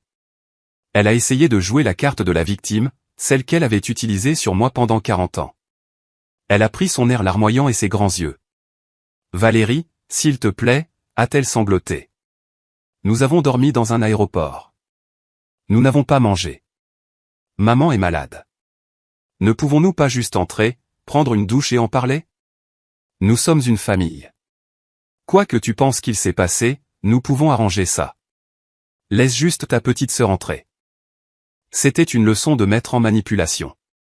Une semaine plus tôt, j'aurais cédé. J'aurais ouvert la porte, leur aurais préparé une soupe et me serais excusé d'être contrarié. Mais je me suis souvenu du journal. Valérie ressemble à une patate. J'ai menti sur la grossesse pour la briser. Ma sœur est morte, ai-je dit froidement. Je ne sais pas qui vous êtes, mais vous ressemblez à une femme qui a couché avec mon mari et volé mon argent. Espèce de garce, le masque de Glenda est tombé instantanément. Son visage s'est tordu en un grognement. Tu es jalouse, stérile, et moche, sale garce. Tu as toujours été jalouse de moi. C'est pour ça que tu fais ça. Tu sais que Richard m'aime. Il n'est resté avec toi que pour l'argent. Et maintenant j'ai l'argent. Et il a bien, il t'atoie, ai-je souri. Bonne chance avec ça. Richard a perdu le contrôle. Il a ramassé un lourd nain de jardin sur le porche, un que Doris aimait, et l'a fracassé contre la fenêtre à côté de la porte. Le verre a volé en éclats. Il a passé la main pour déverrouiller le pêne dormant. Ça suffit, ai-je crié. J'ai fait signe à Mike et Tony. La voiture banalisée a rugi dans l'allée. Les deux officiers sont sortis, les mains sur leurs étuis. Éloignez-vous de la porte, a ordonné Tony. Mettez vos mains où je peux les voir. Richard s'est figé, sa main encore coupée et saignant à cause du verre de la fenêtre. Officier, Dieu merci. Cette femme m'a enfermé hors de ma propre maison. Elle retient ma grand-mère en otage. Arrêtez-la. Il a essayé de retourner la situation instantanément. C'était stupéfiant à voir. Nous avons une ordonnance restrictive contre vous, monsieur Hart, a dit Mike, sortant des menottes. Et nous venons de vous voir tenter une effraction. Retournez-vous. Quoi? Non. Je suis propriétaire de cette maison, a crié Richard alors qu'on le plaquait contre le revêtement de la maison. En fait, non. La voix de Betty a retenti. Betty a ouvert la porte en grand. Elle est sortie sur le porche, impeccable dans un tailleur bleu marine. Elle n'avait pas l'air frêle. Elle ressemblait à une reine exécutant un paysan. Grand-mère, a haleté Richard, le visage pressé contre le revêtement en vinyle. Aide-moi. Valérie t'a lavé le cerveau. Valérie m'a ouvert les yeux, Richard, a dit Betty. Je porte plainte pour les dommages à la fenêtre et pour la tentative de vol des fonds de mon entreprise. Doris s'est mise à crier. Mon fils. Ne touchez pas à mon fils. Betty, comment as-tu pu? Nous nous sommes occupés de toi. Vous m'avez drogué, Doris, a dit Betty, sa voix tranchant à travers le bruit. J'ai trouvé les benzodiazépines dans ta table de nuit. La police les a maintenant. Doris a fermé la bouche si vite que ses dents ont claqué. Ils ont arrêté Richard pour vandalisme et violation d'une ordonnance de protection que M. Henderson avait déposée ex parte ce matin-là. Ils l'ont traîné jusqu'à la voiture de patrouille, donnant des coups de pied et criant à propos de ses droits. Glenda et Doris sont restés debout dans l'allée avec leurs sacs de bagages en plastique. Vous avez 5 minutes pour quitter la propriété avant que je ne vous arrête pour violation de propriété également, leur a dit Tony. Glenda m'a regardé. Ses yeux étaient remplis d'une haine pure et sans mélange. Ce n'est pas fini, Valérie, a-t-elle sifflé. Je te ruinerai. Je dirai à tout le monde ce que tu es vraiment. Fais-le, ai-je dit. J'ai les preuves, Glenda. Et toi? Elle a attrapé le bras de Doris et l'a traîné dans l'allée. Elles ont descendu la rue, deux silhouettes devenant de plus en plus petites, quittant ma vie pour de bon. J'ai regardé jusqu'à ce qu'elles disparaissent. Mes mains tremblaient, non pas de peur, mais de l'adrénaline d'avoir enfin tenu bon. Eh bien, a dit Betty, en regardant la fenêtre cassée. De toute façon, je n'ai jamais aimé ce nain. Je pensais que voir Richard menotter serait la fin. J'étais naïve. J'ai sous-estimé le désespoir d'un narcissique qui a perdu sa source d'approvisionnement. 2 jours après l'arrestation, Richard a été libéré sous caution. Je ne sais pas comment, probablement un usurier ou un ami stupide, mais il était dehors et il est passé directement à l'option nucléaire. J'étais à la maison avec un entrepreneur pour réparer la fenêtre et installer un nouveau système de sécurité de haute technologie quand la sonnette a retenti. Debout se trouvaient 2 femmes à l'air sévère avec des porte-blocs et des badges. Valérie Hart a demandé la plus grande. Oui. Je suis l'agent Miller et voici l'agent Lewis des services de protection des adultes. Nous avons reçu un rapport crédible de maltraitance de personnes âgées, d'exploitation financière et de séquestration illégale concernant Elizabeth Hart. Nous devons entrer. Mon estomac s'est noué. C'était le coup de Richard. Il utilisait le système contre moi. Il savait qu'une enquête des services de protection des adultes gèlerait tout. Les comptes bancaires, l'ordonnance restrictive, ma crédibilité. Qui a fait le rapport, ai-je demandé, bien que je connaisse la réponse. Nous ne pouvons pas le divulguer, a dit l'agent Miller en me dépassant. Où est Madame Hart? Elle est dans la cuisine en train de déjeuner, ai-je dit, essayant de garder ma voix stable. Mais c'est une erreur. Mon mari est en colère parce que nous avons demandé le divorce et l'expulsion. Nous déterminerons cela, a dit froidement l'agent Lewis. Nous devons parler à Betty seule. Vous devez quitter la pièce. Je suis allé dans le jardin, arpentant frénétiquement. J'ai appelé Monsieur Henderson. Ils sont là, Arthur, ai-je murmuré au téléphone. Les services de protection des adultes. Richard les a appelés. Et s'il le croit? Et s'il pense que je la manipule? Elle a 86 ans. Si elle oublie une date ou est confuse, il pourrait l'emmener. Calme-toi, Valérie, a dit Henderson. Betty est vive d'esprit. Elle s'est préparée à cela. Laisse-la juste parler. À l'intérieur de la cuisine, l'interrogatoire avait lieu. Je ne pouvais pas entendre les mots, mais j'ai vu l'agent Miller pointer le réfrigérateur, vérifiant la nourriture. Elle regardait les bras de Betty, cherchant des ecchymoses. 20 minutes se sont écoulées. Cela a semblé durer 20 ans. Finalement, la porte arrière s'est ouverte. Betty se tenait là, souriant malicieusement. Tu peux rentrer maintenant, Valérie. Je suis retourné dans la cuisine. Les 2 agents avaient l'air perplexes. Est-ce que tout va bien, ai-je demandé. L'agent Miller s'est raclé la gorge. Madame Hart semble être extrêmement lucide. Elle nous a fait un exposé sur l'histoire de la réserve fédérale, a marmonné l'agent Lewis, l'air épuisé. Et elle nous a montré ses mots croisés quotidiens. Remplis à l'encre. Cependant, a dit l'agent Miller, son visage se durcissant à nouveau. Le rapport contient des allégations spécifiques sur l'hygiène et les médicaments. Nous devons inspecter son logement. Ils sont allés dans la chambre de Betty. C'était impeccable. Mais ensuite, l'agent Lewis a ouvert l'armoire à pharmacie de la salle de bain des invités, celle que Richard utilisait. Nous avons trouvé ceci, a-t-elle dit, brandissant un flacon de pilules. Pyrrole, des antipsychotiques. Ce n'est pas prescrit à Betty. Mon cœur s'est arrêté. Richard devait les avoir placés là avant de partir. Ou peut-être qu'il les avait utilisés sur elle tout ce temps. Ce n'est pas à moi, ai-je dit. C'est à Richard. Il n'y a pas d'étiquette, a noté l'agent Miller. C'est suspect. Si vous la médicamentez pour la garder docile.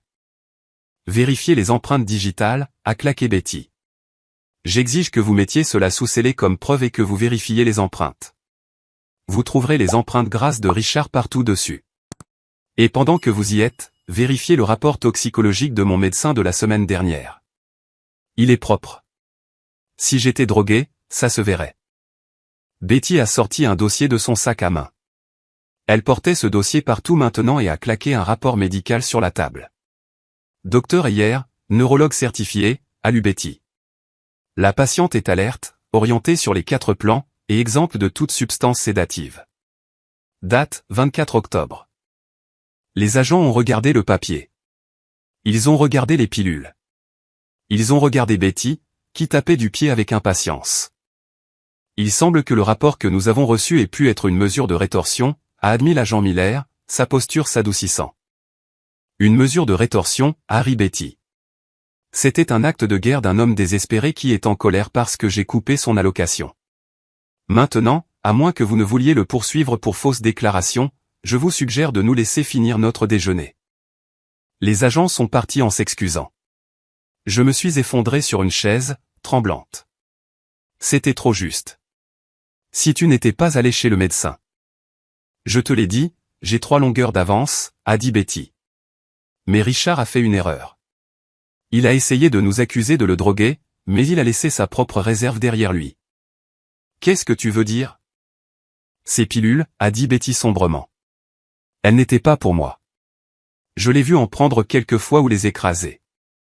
Je soupçonne qu'il prévoyait de les utiliser sur toi si tu devenais trop difficile. Le sang a quitté mon visage. Sur moi. Pourquoi penses-tu que tu étais toujours si fatiguée, Valérie? Pourquoi penses-tu que tu avais ce brouillard cérébral l'année dernière qui t'a fait quitter le club de lecture? J'ai repensé. Les maux de tête, la fatigue, les jours où je ne pouvais pas sortir du lit et Richard m'apportait son ôté spécial. Oh mon Dieu, ai-je murmuré. Il m'empoisonnait. Il te maintenait docile, a corrigé Betty. La manipulation psychologique n'est pas seulement psychologique, ma chérie. Parfois, elle est chimique. Cette révélation a tout changé. Ce n'était plus seulement un mauvais mariage. C'était une histoire de survie. J'avais vécu avec un prédateur qui démantelait lentement mon esprit et mon corps pour que son distributeur automatique continue de fonctionner. J'ai regardé mes mains. Elles étaient stables maintenant. Le brouillard cérébral avait disparu depuis son départ. Il doit aller en prison, ai-je dit. Pas seulement pour fraude. Pour ça. Il ira, a promis Betty. Mais d'abord, nous devons survivre au reste de sa famille. Tes parents appellent à une réunion de famille à l'église demain. Ils ont rallié le pasteur. Le pasteur, ai-je gémi. Oui. Ils vont tenter une sorte d'exorcisme, une intervention pour sauver ton âme de l'avidité.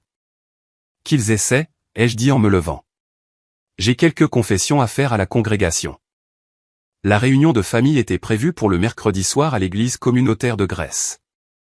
Mes parents, dans leur sagesse et leur malveillance infinie, avaient convaincu le pasteur Stevens que je faisais une dépression nerveuse induite par le chagrin et la jalousie et que j'avais besoin de conseils spirituels pour revenir au bercail, c'est-à-dire redevenir leur paillasson. J'ai failli ne pas y aller, mais Betty a insisté. Si tu ne les affrontes pas, ils contrôlent le récit. Tu dois y aller et réduire ce récit en cendres. Alors, je suis entré dans le sous-sol de l'église. Ça sentait le café rassis et le jugement.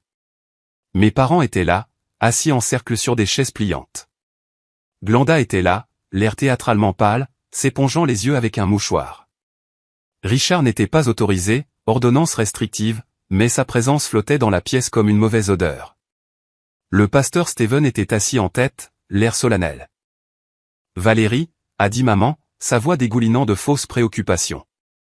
Merci d'être venu. Nous voulons juste t'aider. M'aider à quoi, ai-je demandé, en restant debout. M'aider à signer un chèque? Valérie, s'il te plaît, a dit doucement le pasteur Steven. Ta famille est inquiète. Ils disent que tu es devenue vindicative, que tu as abandonné ta sœur dans son besoin et rejeté ton mari pour un malentendu. Un malentendu, ai-je ri, un son sec et amer. C'est comme ça qu'on appelle l'adultère et le détournement de fonds maintenant? Un malentendu? Les hommes font des erreurs, a grommelé papa. Richard est désolé. Il veut rentrer à la maison. La Bible dit que les épouses doivent se soumettre à leur mari et pardonner. Est-ce que la Bible dit que les maris doivent coucher avec la sœur de leur femme, ai-je demandé, en regardant directement Glenda. Glenda a éclaté en sanglots. Vous voyez, elle est obsédée. Ce n'était pas comme ça. Nous nous réconfortions juste l'un l'autre parce que Valérie est si froide. Elle ne pouvait pas lui donner d'enfant. Pasteur, elle est stérile. Richard était seul. La pièce est devenue silencieuse. Mon infertilité. La blessure la plus profonde et la plus douloureuse de ma vie. Glenda venait de la rouvrir devant le pasteur pour justifier sa trahison.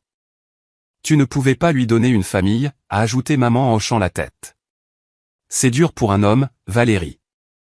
Tu dois comprendre ses besoins biologiques. Glenda. Eh bien, Glenda est fertile. Elle pensait porter un enfant pour vous deux. C'était un acte d'amour. Vraiment? Ma mâchoire est tombée. La manipulation était si intense, si perverse. J'ai eu le vertige. Il réécrivait l'histoire pour faire de la liaison une tentative de maternité de substitution tordue. Un acte d'amour, ai-je murmuré. Coucher avec mon mari dans mon dos pendant 2 ans était un acte d'amour? Nous allions te le dire, a gémi Glenda. Nous voulions te faire la surprise. J'ai regardé le pasteur Stevens. À son crédit, il avait l'air horrifié.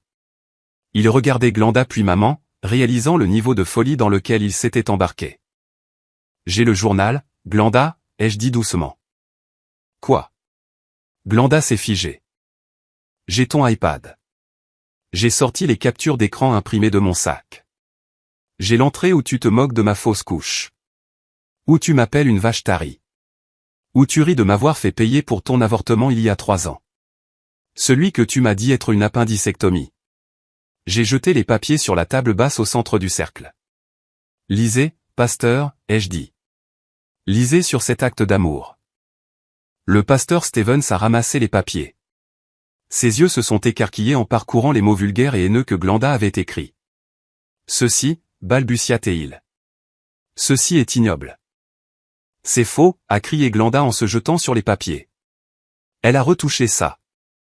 C'est horodaté, ai-je dit, et sauvegardé sur le nuage. Je me suis tourné vers mes parents. Et vous, ai-je pointé du doigt maman. J'ai trouvé le texto où tu disais à Glenda de garder Richard heureux pour qu'il ne coupe pas l'argent pour les mensualités de la voiture de papa. Tu as prostitué ta propre fille. Tu l'as encouragée à détruire mon mariage parce que tu avais peur de perdre ta source de revenus gratuite. Le visage de maman est devenu blanc. C'est un mensonge. Je n'ai jamais. C'est dans la transcription, maman. Page 4. J'ai regardé papa. Il ne croisait pas mon regard. Il fixait ses chaussures, un lâche jusqu'au bout.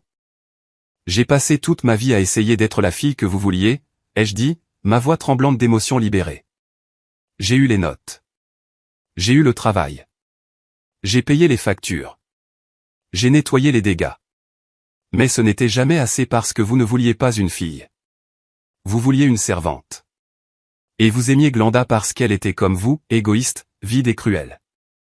Tu n'es plus ma fille, a crié maman en se levant, son masque de préoccupation se brisant en pure rage. Tu es morte pour nous. Si tu ne partages pas cet argent, tu n'es rien. Je préfère n'être rien que d'être vous, ai-je dit. Je me suis tourné vers le pasteur. Je pense que nous avons terminé ici, pasteur. À moins que vous n'ayez un sermon sur la façon d'exorciser les parasites. Je suis sorti du sous-sol de l'église. Je suis sorti dans l'air frais du soir. Je me sentais plus légère. Plus légère que je ne l'avais jamais été. Le cordon n'était pas seulement coupé. J'avais brûlé le pont, et la lumière des flammes guidait mon chemin vers la maison. Je suis monté dans ma voiture. Mon téléphone a vibré. C'était un texto de Betty. Tu leur en as fait voir de toutes les couleurs? J'ai souri et j'ai répondu. Je leur ai donné la vérité. Ça a brûlé encore plus. La famille étant officiellement coupée, je pensais que le pire était passé. Mais Richard, désespéré et acculé, a réussi à trouver un avocat prêt à jouer salement. Saul Jenkins, le requin des centres commerciaux, a déposé une requête qui m'a stoppé net. Il a demandé un gel d'urgence de mes comptes personnels, affirmant que j'avais mélangé des biens matrimoniaux avec la fiducie Betty Hart et que je cachais des millions dans des comptes offshore. C'était un mensonge, bien sûr, mais dans le monde juridique, un mensonge peut geler votre vie pendant des semaines pendant que le tribunal démêle l'affaire. Je suis allé à l'épicerie pour acheter de la farine pour la cuisine d'essai où je pratiquais des recettes pour la boulangerie que je rêvais d'ouvrir, et ma carte de débit a été refusée. Fonds insuffisant, a dit la caissière. J'ai vérifié mon application. Solde nul. Gelé par ordonnance du tribunal. J'ai appelé Henderson en panique. Arthur, je ne peux pas acheter de nourriture. Ils ont tout gelé. Même le compte auquel Betty m'avait donné accès. Jenkins joue un jeu dangereux, a dit Henderson, sa voix tendue. Il prétend que vous avez détourné des fonds de l'entreprise pour cacher de l'argent à Richard. C'est de la projection, évidemment, mais il a obtenu qu'un juge signe une ordonnance restrictive temporaire sur les actifs jusqu'à l'audience de vendredi. Que dois-je faire? J'ai des factures à payer. Je dois payer l'entrepreneur pour le système de sécurité. Ne bouge pas, a dit Henderson. Nous réglerons ça vendredi, mais tu dois trouver quelque chose. Richard est confiant. Trop confiant. Il pense avoir un moyen de pression. J'ai besoin que tu creuses plus profondément. Y a-t-il quelque chose qu'il a caché? Quelque chose que nous avons manqué? Je suis retourné à la maison. Je me suis assise dans le bureau de Richard, fixant les étagères vides. Nous avions tout vidé. Qu'aurais-je pu manquer? Betty est entrée. Qu'est-ce qui ne va pas? Il est en train de gagner, Betty. Il a gelé mon argent. Il va me saigner à blanc avec les frais de justice. Il ne gagne pas, a dit Betty. Il bluffe. Réfléchis, Valérie. Richard est paresseux. Il ne cache pas bien les choses. Où gardait-il ses affaires amusantes? Le garage, ai-je dit. Il était toujours dans le garage à travailler sur cette vieille Mustang qu'il n'a jamais réparée. J'ai couru au garage. La Mustang était partie, vendue ou saisie, mais l'établi était là. J'ai tiré les tiroirs, juste des outils, des chiffons huilés.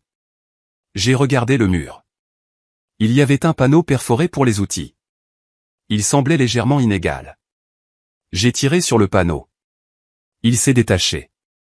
Derrière, il y avait un coffre-fort mural. Bingo, ai-je murmuré. Je n'avais pas la combinaison, mais je connaissais Richard.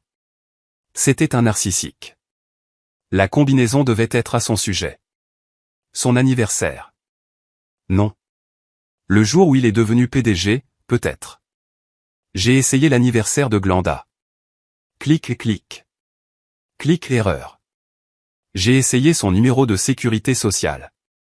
Erreur. Puis j'ai pensé au jour qu'il m'avait dit être le plus heureux de sa vie. Pas notre jour de mariage.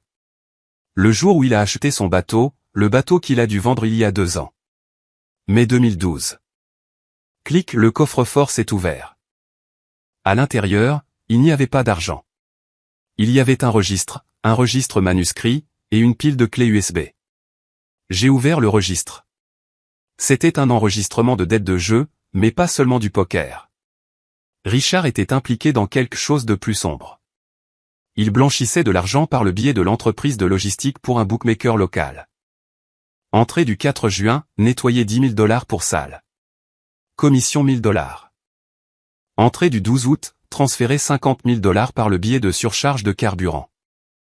Mes mains tremblaient. Ce n'était pas seulement du détournement de fonds. C'était un crime fédéral. Si j'étais resté marié avec lui, si j'avais signé ses déclarations d'impôts aveuglément, j'aurais été une complice. Il m'avait exposé à une peine de prison. Et puis j'ai trouvé le dossier marqué Assurance Valérie. Je l'ai ouvert. Il contenait des photos. Des photos de moi en train de dormir, des photos de moi sous la douche prise à travers une fente dans la porte, et de faux courriels. Des courriels qu'il avait rédigés mais jamais envoyés, faisant croire que c'était moi qui blanchissais l'argent. Il m'avait piégé. Il avait mis en place une trace écrite pour me faire porter le chapeau de ses crimes s'il se faisait prendre. Ce fils de garce, a murmuré Betty, regardant par-dessus mon épaule. Il ne t'utilisait pas seulement. Il te préparait à être son bouc émissaire. Ce n'est pas un mari, ai-je dit en claquant la porte du coffre-fort. C'est un monstre. Nous avons immédiatement apporté le registre à Henderson. Quand Henderson a vu les registres de blanchiment d'argent, son visage est devenu pâle, puis s'est fendu d'un sourire de requin. cela change tout, a dit Henderson. Ce n'est plus un tribunal de la famille. C'est le territoire du FBI. Appelez-les, ai-je dit. Je veux qu'ils disparaissent. Si nous leur remettons ça, a prévenu Henderson, les actifs de l'entreprise pourraient être saisis comme preuve. Vous pourriez perdre le capital de l'entreprise. Je m'en fiche, ai-je dit. Je ne veux pas de son argent sale. Je veux récupérer ma vie. Je veux qu'il ne puisse plus jamais faire de mal à une autre femme. Fais-le, a convenu Betty. Brûle tout. Henderson a passé l'appel. L'audience de vendredi n'était pas une audience. C'était une embuscade. Richard est entré au tribunal l'air suffisant. Il pensait m'avoir dans les cordes. Il m'a fait un clin d'œil. Puis les portes arrière de la salle d'audience se sont ouvertes. 4 agents en coupe-vent marqués FBI sont entrés. La suffisance de Richard a disparu. Il a regardé Jenkins. Jenkins avait l'air confus. L'agent principal s'est approché de la table du demandeur. Richard Hart? Oui. Vous êtes en état d'arrestation pour blanchiment d'argent, fraude électronique et complot. Vous avez le droit de garder le silence. Richard s'est levé, renversant sa chaise. Quoi? Non, c'est elle qui l'a fait. C'est son entreprise. C'est Valérie qui l'a fait. Nous avons votre registre, monsieur Hart, a dit l'agent en le menottant. Et l'écriture correspond à la vôtre. Nous avons aussi le témoignage de Sal, que nous avons arrêté il y a 1 heure. Richard a crié alors qu'il l'emmenait. Il a crié mon nom. Il a crié le nom de Glenda. Il a crié pour sa mère, mais personne n'a répondu. Je suis resté assise dans la salle d'audience à regarder l'homme que j'avais aimé pendant 10 ans être emmené comme un criminel ordinaire. Je n'ai pas ressenti de triomphe. J'ai ressenti un soulagement profond et épuisant. Le monstre était en cage. Le juge a immédiatement levé le gel de mes actifs. Je suis sorti du palais de justice sous le soleil. Eh bien, a dit Betty en ajustant son chapeau. C'était dramatique. Qui veut une glace? Avec Richard en détention fédérale en attente de son procès, libération sous caution refusée en raison du risque de fuite et de l'incident d'Hawaï, la plus grande menace était neutralisée. Mais les serpents ont des têtes qui mordent même après qu'on les ait coupés. Glenda était toujours là. Elle vivait dans un motel bon marché à la périphérie de la ville, apparemment financé en vendant les bijoux qu'elle avait volés à Doris. Justice ironique. Elle était furieuse. Elle me tenait pour responsable de l'arrestation de Richard. Elle me tenait pour responsable de son statut de sans-abri. Je me concentrais sur la boulangerie. J'avais trouvé un local, un ancien moulin avec des murs en briques apparentes. Je mettais toute mon énergie dans les rénovations. C'était ma thérapie. 2 jours avant la grande ouverture de La Miette Dorée, je suis arrivé tôt à la boutique pour préparer la pâte. La vitrine était brisée. Mon cœur s'est arrêté. J'ai couru à l'intérieur. De la peinture rouge avait été éclaboussée partout. Sur les murs en briques, sur la coûteuse machine à expresso, sur la vitrine, et sur le mur, pulvérisé en lettres déchiquetées, voleuses, stériles. Je suis resté au milieu des ruines, mes chaussures craquant sur le verre. L'odeur de vapeur de peinture était écrasante. C'était mon rêve. J'avais tout mis là-dedans. Et en une nuit, Glenda avait essayé de le détruire. Je savais que c'était elle. Les insultes étaient sa signature. Je me suis assise par terre et j'ai pleuré. J'ai vraiment pleuré. J'avais l'impression de ne pas pouvoir leur échapper. Peu importe à quel point je me battais, ils continuaient de me traîner dans la boue. Betty est arrivée 1 heure plus tard. Elle a vu le désordre. Elle m'a vu pleurer. Elle n'a pas offert de platitude vide. Elle n'a pas dit « ce n'est pas grave ». Elle s'est approchée du mur, a trempé son doigt dans la peinture rouge humide et l'a regardé. « C'est à base d'eau », a-t-elle dit. « Ça partira en frottant. »« C'est ruiné, Betty », ai-je sangloté. « L'ouverture est dans 2 jours. Je ne peux pas réparer ça. Peut-être qu'ils ont raison. Peut-être que je ne suis pas faite pour ça. »« Lève-toi », a dit sèchement Betty. J'ai levé les yeux. « As-tu survécu à l'empoisonnement de Richard ?» a-t-elle demandé. « Oui. »« As-tu survécu au reniement de ta famille ?» ?»« Oui. »« As-tu survécu au raid du FBI sur la vie de ton mari ?» Oui. Alors tu peux survivre à de mauvais graffitis. Lève-toi, Valérie. Nous ne sommes pas des victimes. Nous sommes des survivantes et les survivantes nettoient le désordre. Elle avait raison. J'ai appelé la police pour déposer une plainte. Puis j'ai appelé Mike et Tony, mon équipe de sécurité. Puis j'ai appelé les jeunes boulangers que j'avais embauchés. Nous avons une situation, leur ai-je dit. Si vous voulez un travail, venez maintenant. Apportez des brosses à récurer. Ils sont tous venus. 6 d'entre eux. Plus Monsieur Henderson, plus l'entrepreneur. Nous avons passé les 48 heures suivantes à frotter. Nous avons repeint par-dessus les insultes. Nous avons remplacé le verre. Nous avons transformé le désastre en un moment de cohésion. Pendant que nous nettoyions, la police a trouvé Glenda. Elle était stupide. Elle avait encore de la peinture rouge sur les mains quand ils ont frappé à la porte de son motel. Elle avait aussi le reçu de la bombe de peinture dans son sac à main. Elle a été arrêtée pour vandalisme qualifié et violation d'une ordonnance de protection. Je suis allé au poste de police pour faire ma déposition. Je l'ai vue dans la cellule de garde à vue en passant. Elle avait l'air sauvage, déséquilibrée. « Tu m'as tout pris », a-t-elle crié en se jetant contre les barreaux. Ça aurait dû être à moi. Richard m'a choisi. Richard s'est choisi lui-même, Glenda, ai-je dit en m'arrêtant un instant. Et tu as choisi d'être sa complice.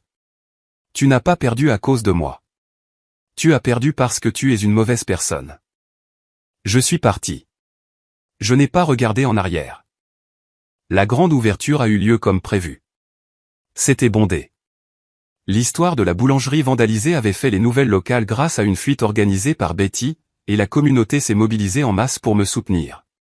Madame Gable, la voisine qui m'avait jugé, est entrée et a acheté une douzaine de croissants, s'excusant profusément. Je ne savais pas, a-t-elle murmuré.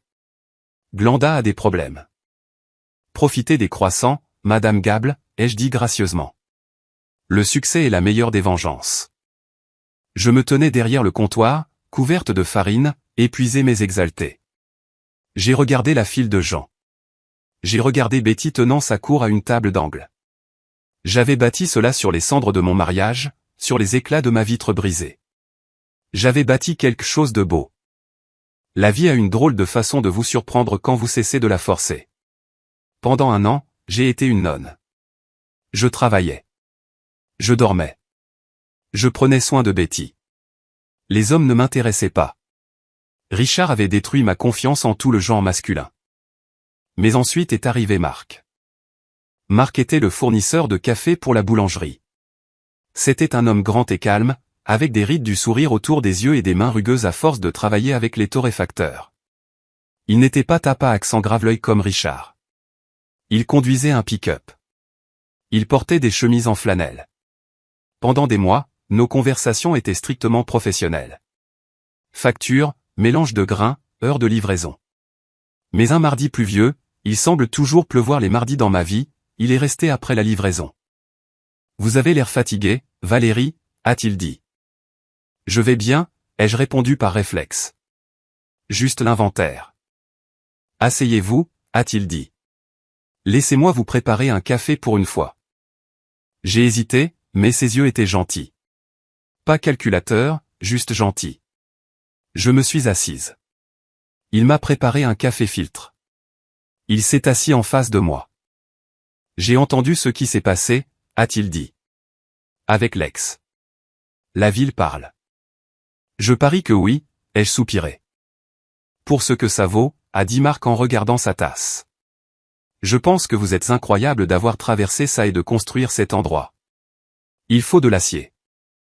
Je l'ai regardé, attendant que la situation se gâte, attendant qu'il demande une réduction ou un prêt ou qu'il me dise comment gérer mon entreprise. Merci, ai-je dit. J'ai des billets pour le match de baseball de samedi, a-t-il dit.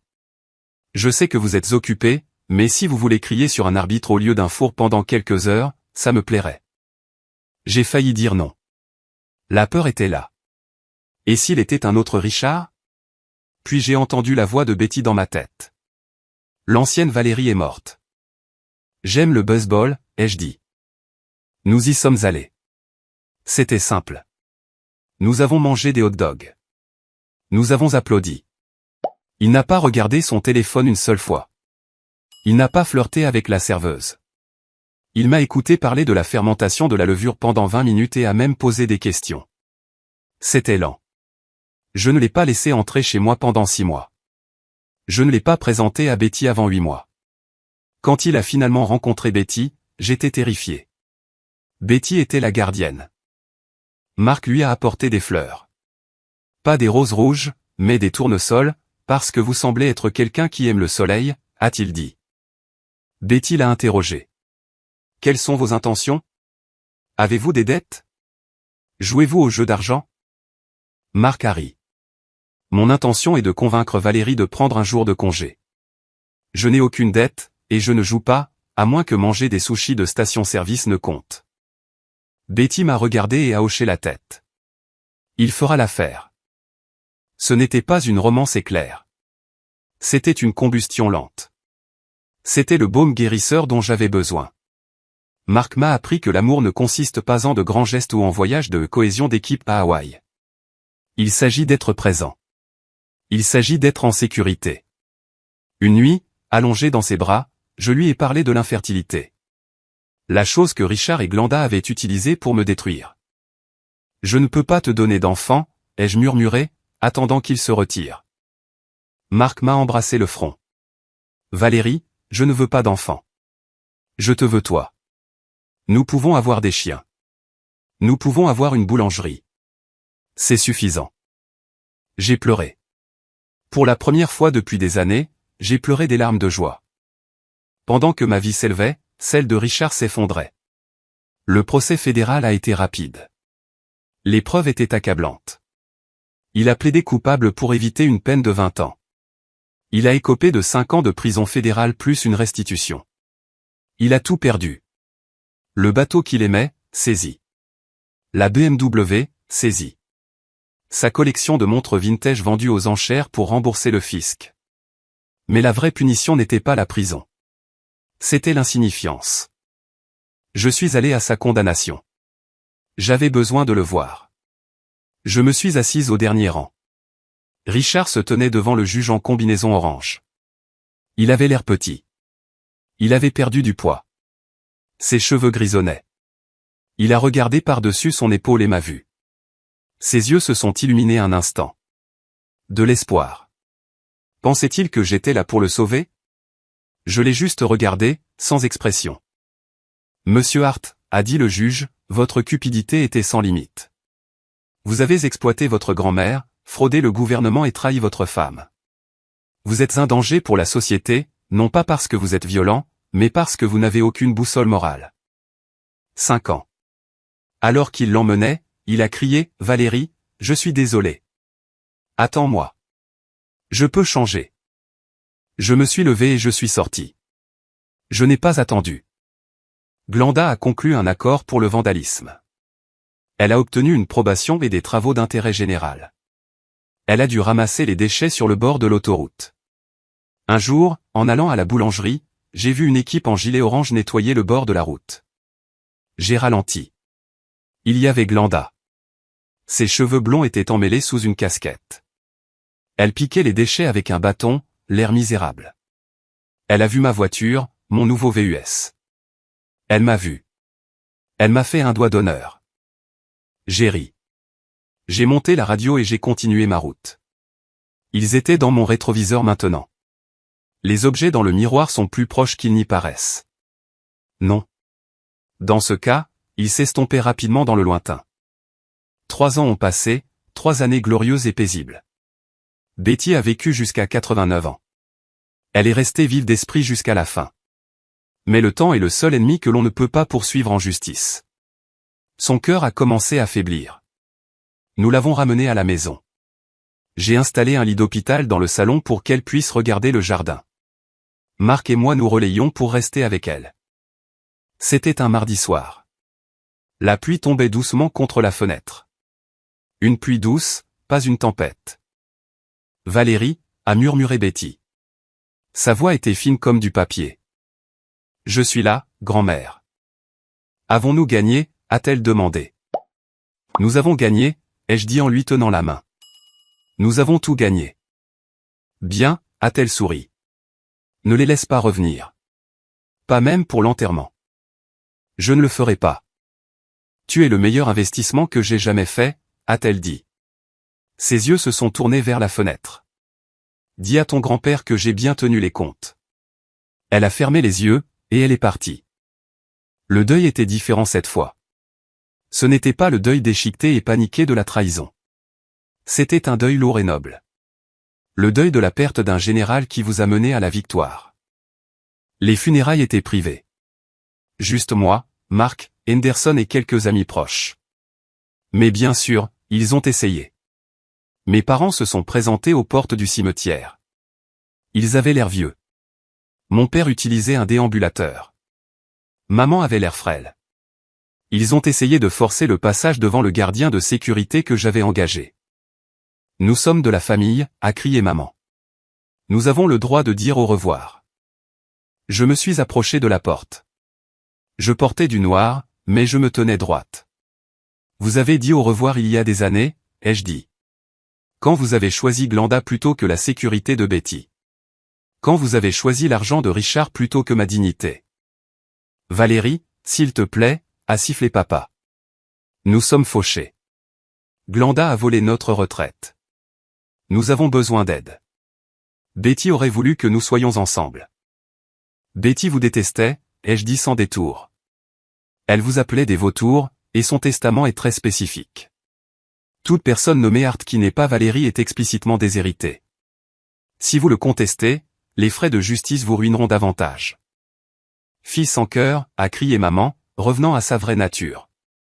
Au revoir, maman, ai-je dit. J'ai fait signe au gardien. Il a fermé la porte. Je suis retourné à la tombe. J'ai placé un tournesol sur le cercueil. Repose en paix, Betty, ai-je murmuré. La porte est verrouillée.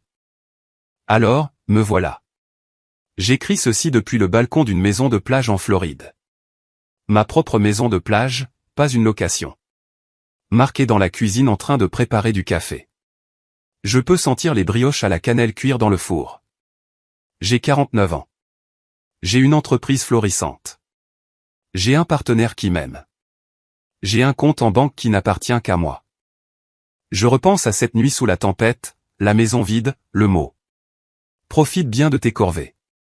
J'ai l'impression que c'était dans une autre vie, que c'est arrivé à une autre femme. Parfois, je me demande ce qui se serait passé si je n'avais pas trouvé ce journal. Si Betty ne s'était pas réveillée. Si j'avais simplement accepté mon sort de paillasson. J'aurais divorcé de toute façon. Probablement que Richard m'aurait jeté une fois que j'aurais été usé. Je serais sans le sou. Je serais brisé. Au lieu de cela, je suis forgé par le feu. J'ai appris que le sang ne fait pas la famille. La loyauté fait la famille. Le respect fait la famille. J'ai appris que maintenir la paix n'est qu'une façon élégante de dire les laissez vous maltraiter. J'ai appris que la vengeance ne consiste pas à leur faire du mal. Il s'agit de les dépasser. Richard est sorti de prison maintenant. J'ai entendu dire qu'il travaillait dans un lave-auto. Il m'envoie parfois des courriels pour demander de tourner la page. Je les envoie dans le dossier des indésirables. Tourner la page est un mythe. L'indifférence est la réalité. Glenda est toujours quelque part en Floride. Je ne la recherche pas. Je m'en fiche. Mes parents sont dans une maison de retraite. Je paie la facture pour le forfait de base anonymement par le biais d'une fiducie. C'est la dernière gentillesse que j'offrirai, les gardant à l'abri de la rue, mais les gardant hors de ma vie. Je regarde l'océan. Il est vaste, terrifiant et magnifique. Tout comme la liberté. Si vous écoutez cette histoire et que vous vous sentez coincé. Si vous avez l'impression d'être l'invisible, l'ouvrière, le bouc émissaire. Si vous soutenez le ciel pour des gens qui ne tiendraient pas un parapluie pour vous, lâchez le ciel. Laissez-le s'écraser. Ce sera bruyant. Ce sera désordonné. Les gens crieront. Mais une fois que la poussière sera retombée, vous serez le seul debout, et vous pourrez enfin voir le soleil. C'est Valérie, je termine ma transmission. Merci d'avoir écouté ma vérité.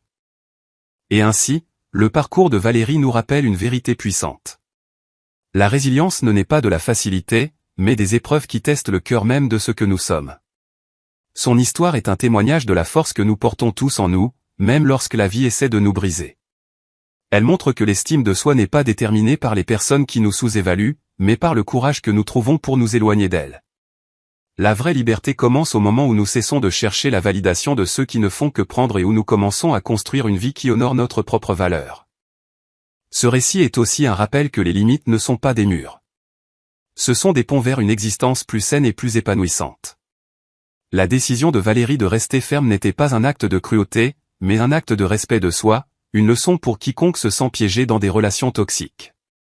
Parfois, l'étape la plus difficile mais la plus nécessaire est de lâcher ce qui ne nous sert plus, même si cela signifie marcher vers l'inconnu. Et vous? Avez-vous déjà dû revendiquer votre valeur ou fixer des limites pour protéger votre paix? Partagez vos pensées ci-dessous ou commentez simplement bien si cette histoire vous a inspiré. Maintenons la conversation vivante et rappelons-nous mutuellement de la force que nous possédons tous.